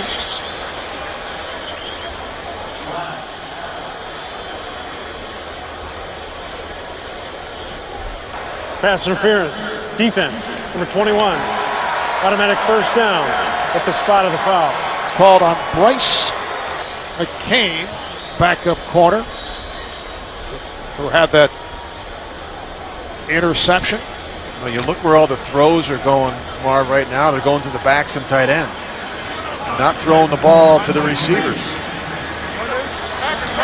Mike Williams to the left. Willius Ben is to the right. And same play. Lumpkin up the middle. Carries for 6. Tackled by Troy Nolan, the free safety. You get a look at LeGarrette Blunt on the sidelines. Not a happy camper, and not a lot of production out of him today, and real disappointing numbers. It's a great year last season. Led all rookie running backs with 1,007 yards a year ago. A pass a bit short, a diving attempt by Ben. And the question is, did he come up with it? No, it is incomplete. Well, they're making the easy throws look difficult, and that's, I mean, you can't get him any more wide open than this. I mean, that's an easy throw and catch, and that's makes Mike Williams go all the way down and make a almost impossible catch.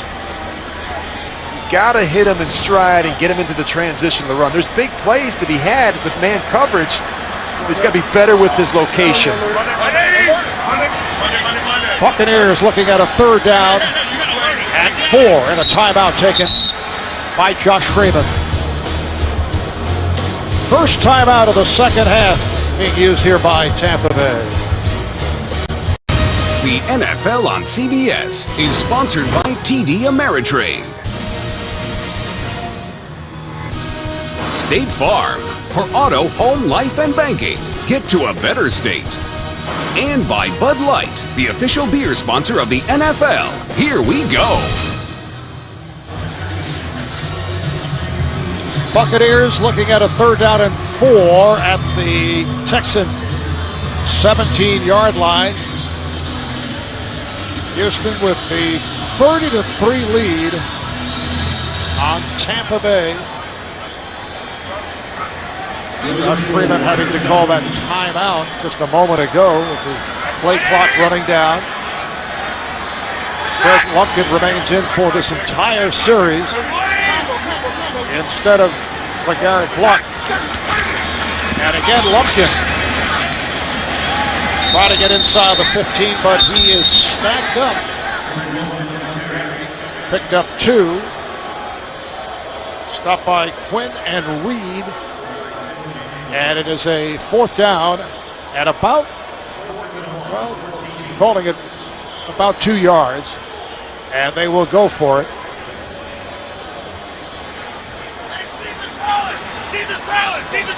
Caesar's Palace. Must be some type of an audible. And a flag down. Did you ever have a play called Caesar's Palace? I've been to Caesar's Palace. I never had a play called Caesar's Palace. Offside, defense, number 96, 5-yard penalty that'll result in a 1st down. So Tampa Tim Bay. Jamison brought offside. That was the idea of that cadence by Josh Freeman. Let's take a listen. I think he sees the pressure. And the end result is a 1st down. 1st and goal inside the 10.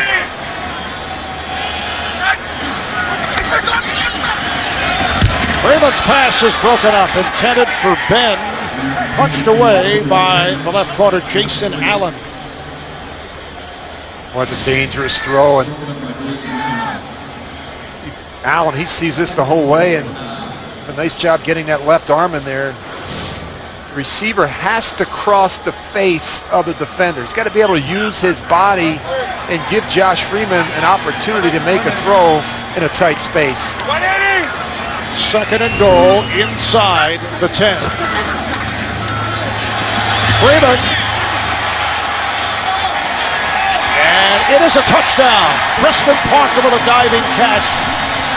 Late indication. So the Buccaneers with their first touchdown of the day on a 9-yard pass play from Freeman to Parker.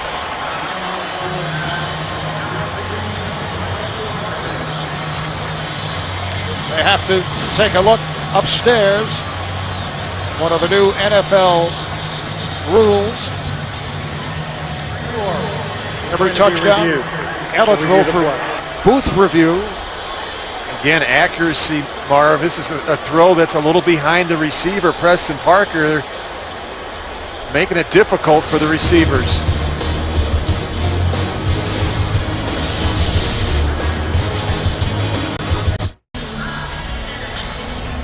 We await the call from the review booth on that apparent touchdown catch by Preston Parker. There was a bobble. A wonderful concentration by Preston Parker. It's behind him and bobbles it a little bit here, but is able to scoop it back in and I think hold on and make that catch.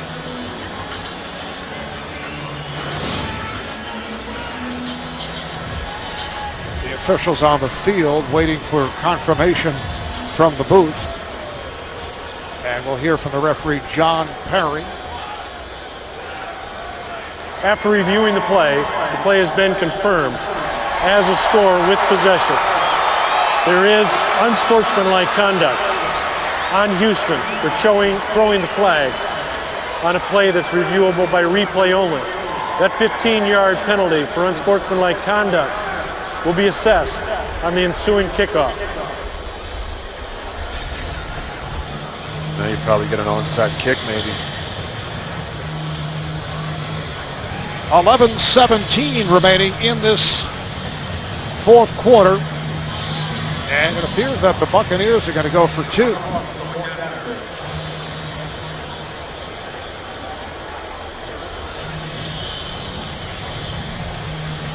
Gary Kubiak looking for an explanation, but he may have thrown when they said a red flag was thrown, he threw the red flag to challenge, but you can't challenge on a scoring play.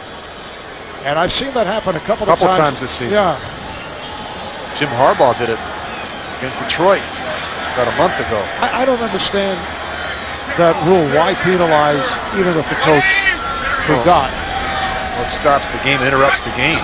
Makes you and I miss our flight.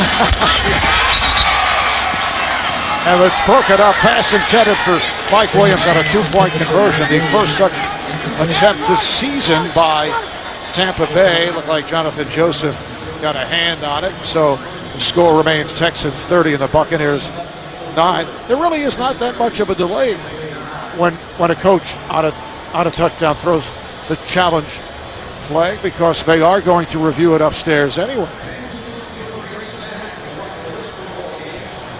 However, coming up on the Subway postgame show, join JB, Dan, Shannon Boomer, and Coach Bill Cowher for all the latest NFL scores and highlights, all coming up on the Subway postgame show. I think you kick it onside kick here, Barb. In this situation, you got the 15-yard penalty, and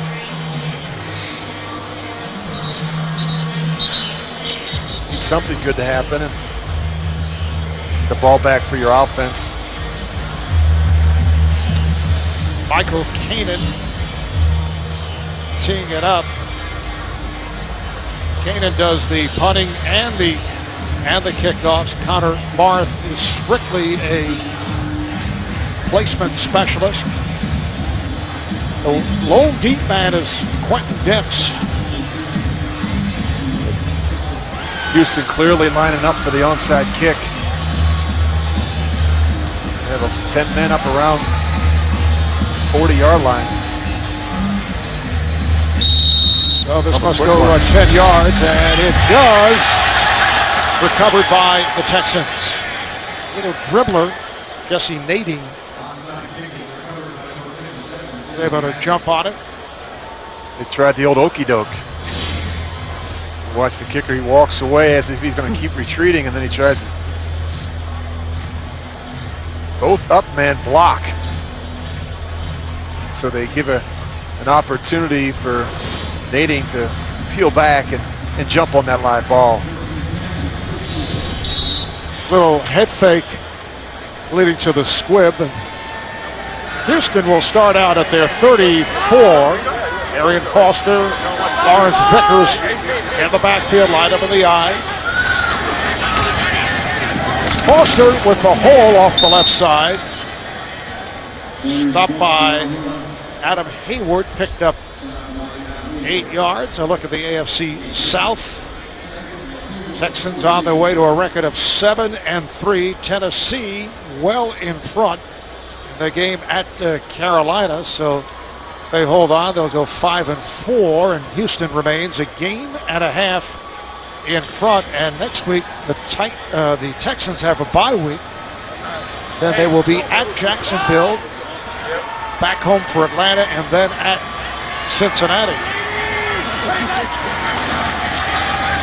Foster makes the turn, has the first down, and much more. Flag is thrown, and Foster run out by Sean Jones, the strong safety.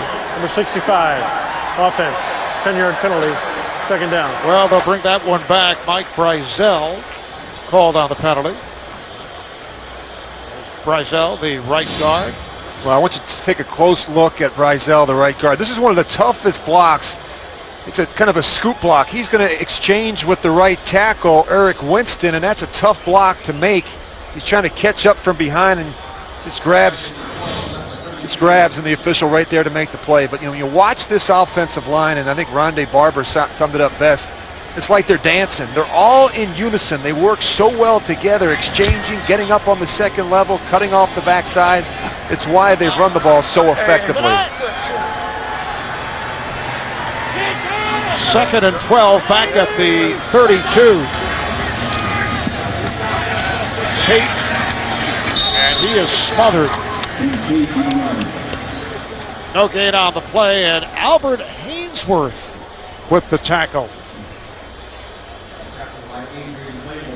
You look at the Texans' upcoming schedule, and I think the bye comes at a perfect time. They got a chance to get Andre Johnson back the following week. He'll be 100%. And then they've got a pretty good stretch there where they're at Jacksonville, Atlanta, Cincinnati. I think a favorable schedule. It's amazing, Marv. I think a month ago they were coming off of a stretch where they lost 3 or 4. We were questioning whether they were good enough to even make the playoffs. Now they're going to win 4 in a row, and it looks like they can win the division for the first time and possibly win in the playoffs. This is a very good football team, much better than we saw a month ago. It's the end around for Jacoby Jones, and not much there. Talking about Andre Johnson, Gary Kubiak saying at one point several weeks ago, thought Andre was starting to get down because he didn't feel the recovery was accelerating, but he's felt much better the last 2 weeks. Earlier in the week, there was the word out of Houston that, well, he might come back, and then it was thought there'd be no point to it for a game against Tampa Bay. As you mentioned, with the bye week coming up, gets the extra week of rest. Yeah, they played well without him, and it's amazing to me they've been able to run the ball as well as they have without him, because you're not seeing as much double coverage. You're seeing extra men up around the line of scrimmage. Fourth punt for Brett Hartman. Fair catch taken by Preston Parker. We'll take a break with 8:20 to go here in the fourth. 49-yard punt for Hartman. The NFL on CBS is sponsored by DirecTV. Switch now and get a whole home DVR upgrade for free. And by Subway. So many $5 footlong favorites available every day.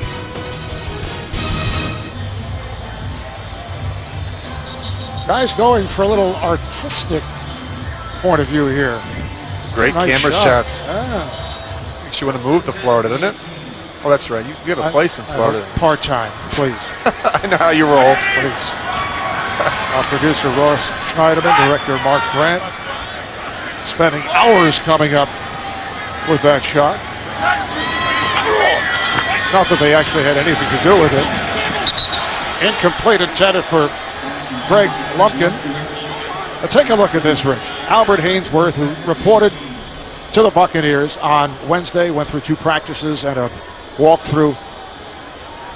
Look at the back of his uniform, which is unraveled. It's kind of, the name is kind of sewn on, but loosely. Well, the seamstress didn't have enough time. No. I mean, he got in so late. How about 5 tackles today, surpassing his work with the New England Patriots in 6 games when he came up with only 3.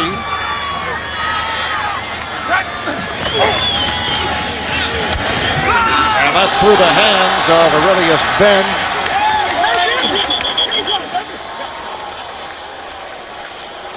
Quentin Depps may have come up with it. Yes, he has.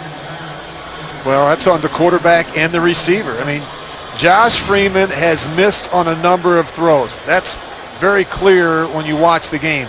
That's a throw that he has to make, and that's a catch that Aurelius Ben has to get in. I mean, that's not. It's behind him. It gets in on him quick, but you've got to find a way to make the tough ones, and they have not done that today.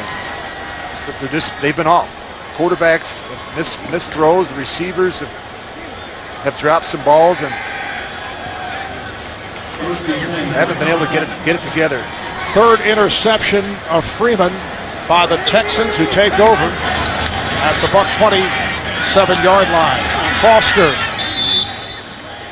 Arian Foster has had another excellent afternoon. Picked up 9. Hayes makes the stop.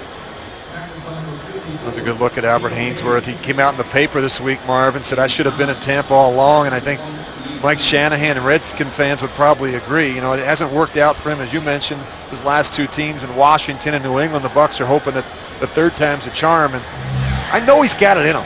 I know he can still play at a high level, but he's got to get back to playing the type of football that he's capable of. And as Raheem said, we want him to have a quiet career once again. He's been in the news for everything but football. He's had tumultuous times in his days with Washington and New England. After his days in Tennessee, as Arian Foster goes for 3 to pick up the first down. They did not even include his name on the flip card. See the front 4 defensively for the Buccaneers. John McCargo was signed and then dropped when they picked up Hainsworth. And Albert's had run-ins with the police, several related to traffic incidents. Remember that incident? He was suspended 5 games without pay for that stump on one of the Dallas Cowboys. Then Tate, change of direction. 4 yards for Tate. But Albert Hainsworth at one time was a Pro Bowler, Defensive Player of the Year, but has not played at that level in some time. Well, it's the inconsistency in his game, and that's when you watch it. There's been shots of him taking plays off and rolling around the ground, and not the effort and the finish that you'd hope from a talented player like Albert. And he's got to get back to doing the little things that it takes to be a great player, and that's working hard in practice and watching the tape and being a real pro. And I hope it works out for him here in Tampa Bay. 2nd and 6. Tate making the turn, cutting back. Tate breaks tackles and he's in for the touchdown. Poor tackling by the Buccaneers. Ben Tate with his 3rd touchdown of the season. When you watch it, it looks like maybe somebody else thinks that the other guy will make the tackle. I mean, just look at all the missed tackles. Rondé Barber gets run over. You know, taking poor angles in the secondary. Now nobody's finishing. Denard Jackson doesn't wrap up. I mean, you could say what you want, but the effort to me and the finish just not there today for the Bucs. They have not tackled well all season, but the effort today, unacceptable. Neil Rackers puts it right through.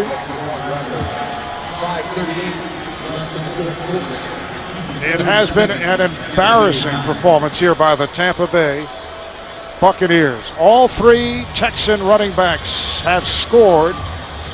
Foster, Tate, and Ward have all been able to cash in. Programming reminder, Thursday on CBS, a Cold War spy returns for revenge. Don't miss the new hit drama, Person of Interest. That's Thursday only, CBS.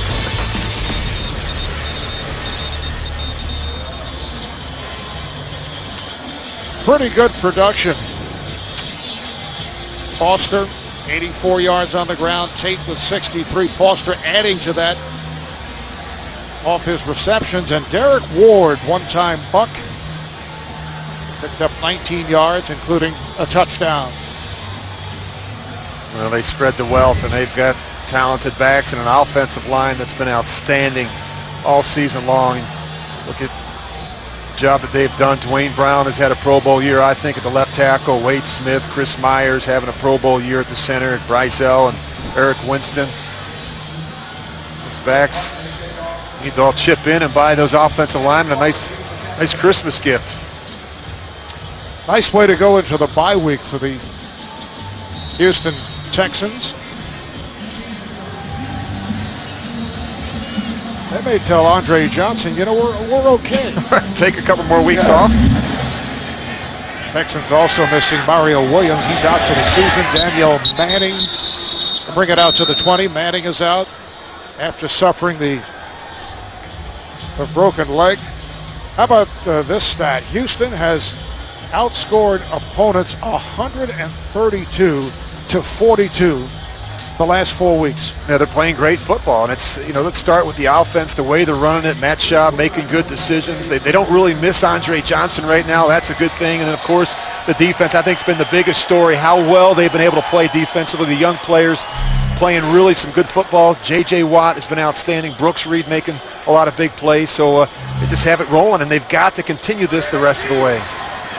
As well as Andre Johnson has played over the years, as Josh Johnson has just come on for Josh Freeman for Tampa Bay. And Josh Johnson fumbling the snap, coughs it up, and the Texans get it back. Well, it's trying to on the exchange between Josh Johnson and Craig Lumpkin. Good snap from center, and then it's like it just goes right through Craig Lumpkin's hands. It's almost as if he thought maybe Josh Johnson was going to pull this one out. And that's ugly.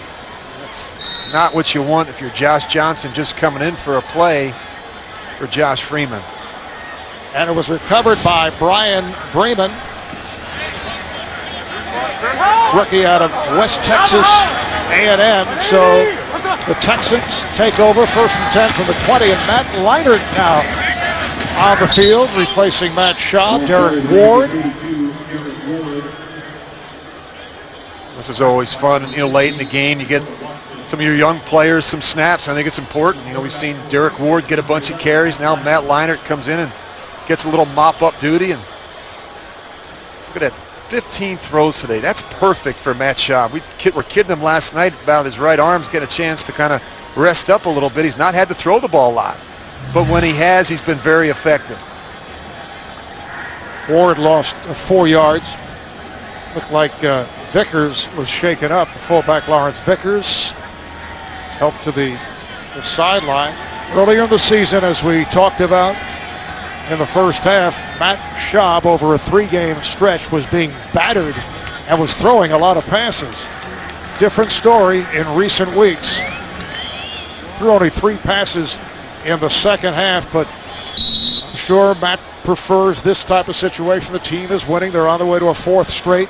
The running game has been sensational. The defense ranked #1 in the NFL.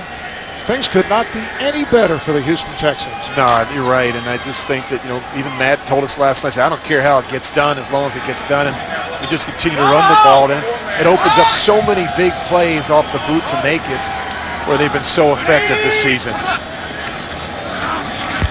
Hand off to Ward.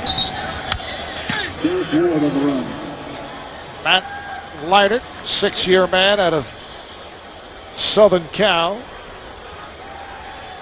Originally a first-round pick of Arizona, spent 4 years with the Cardinals following his Heisman Trophy and national championship at USC. Has not thrown a pass this season.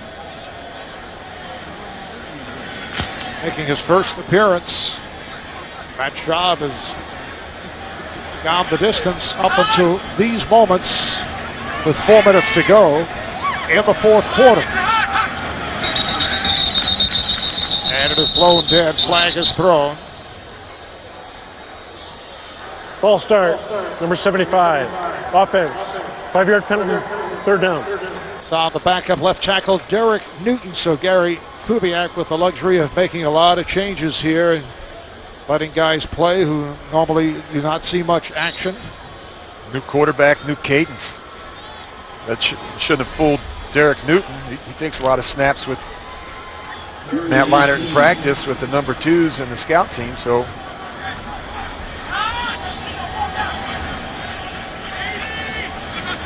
third down and 18. Ward finding some space and works his way inside the 20-yard line, picking up 10. They do such a good job in their zone run scheme of stretching the front side, cut off the backside. They get a man on a man, and they give these backs a 2-way go. And if it's not there on the front side, they do such a good job. They're so patient. They do such a good job getting those linebackers over, pursuing, and then winding it back. And that's where a lot of the big runs have come today against this Tampa defense. Texans not looking to rub it in with a field goal, going for it on a 4th down, 4th and 9 at the 19 as we come up on 3 minutes remaining. Change of direction by Ward, And the ball will go back to Tampa Bay on downs.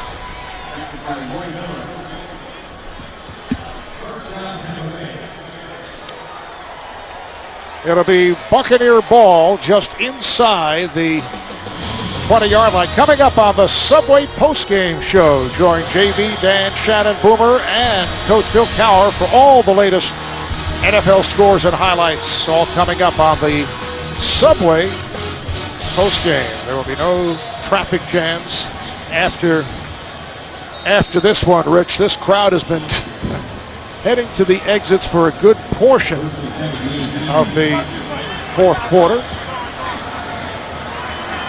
Josh Johnson taking over from Josh Freeman. A handoff to Lumpkin. Josh Johnson out of the University of San Diego, one of the most prolific passers in NCAA history. He has appeared several times in the Wildcat formation. Last week came on and did not work well in the Wildcat. But he has made 4 starts. That was back in 2009. Threw 4 touchdowns, picked off 8 times. Johnson's pass broken up, intended for Sammy Strawder, covered by Jason Allen. Well, Josh Freeman, you look at those numbers, Marv, it's not something that Josh is going to be proud of. Kind of an ugly day, and you talk about the second half possessions for the Bucs. 6 possessions, 4 turnovers, and just not good enough. And I think that thumb is still bothering him. You can see it's wrapped up, and he didn't throw the ball well today. He missed too many throws that he normally makes.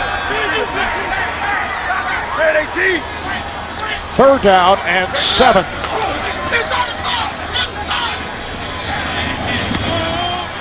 And that is incomplete. Pass intended for the rookie out of North Carolina, backup tight end Zach Pianalto.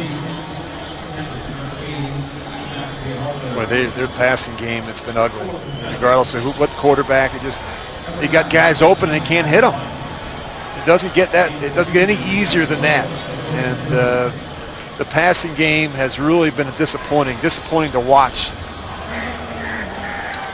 6th punt for Michael Kanan. That's Jacoby Jones back at his 35 for the Texans.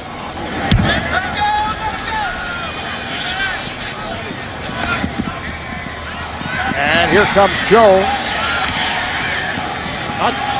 Not getting much room.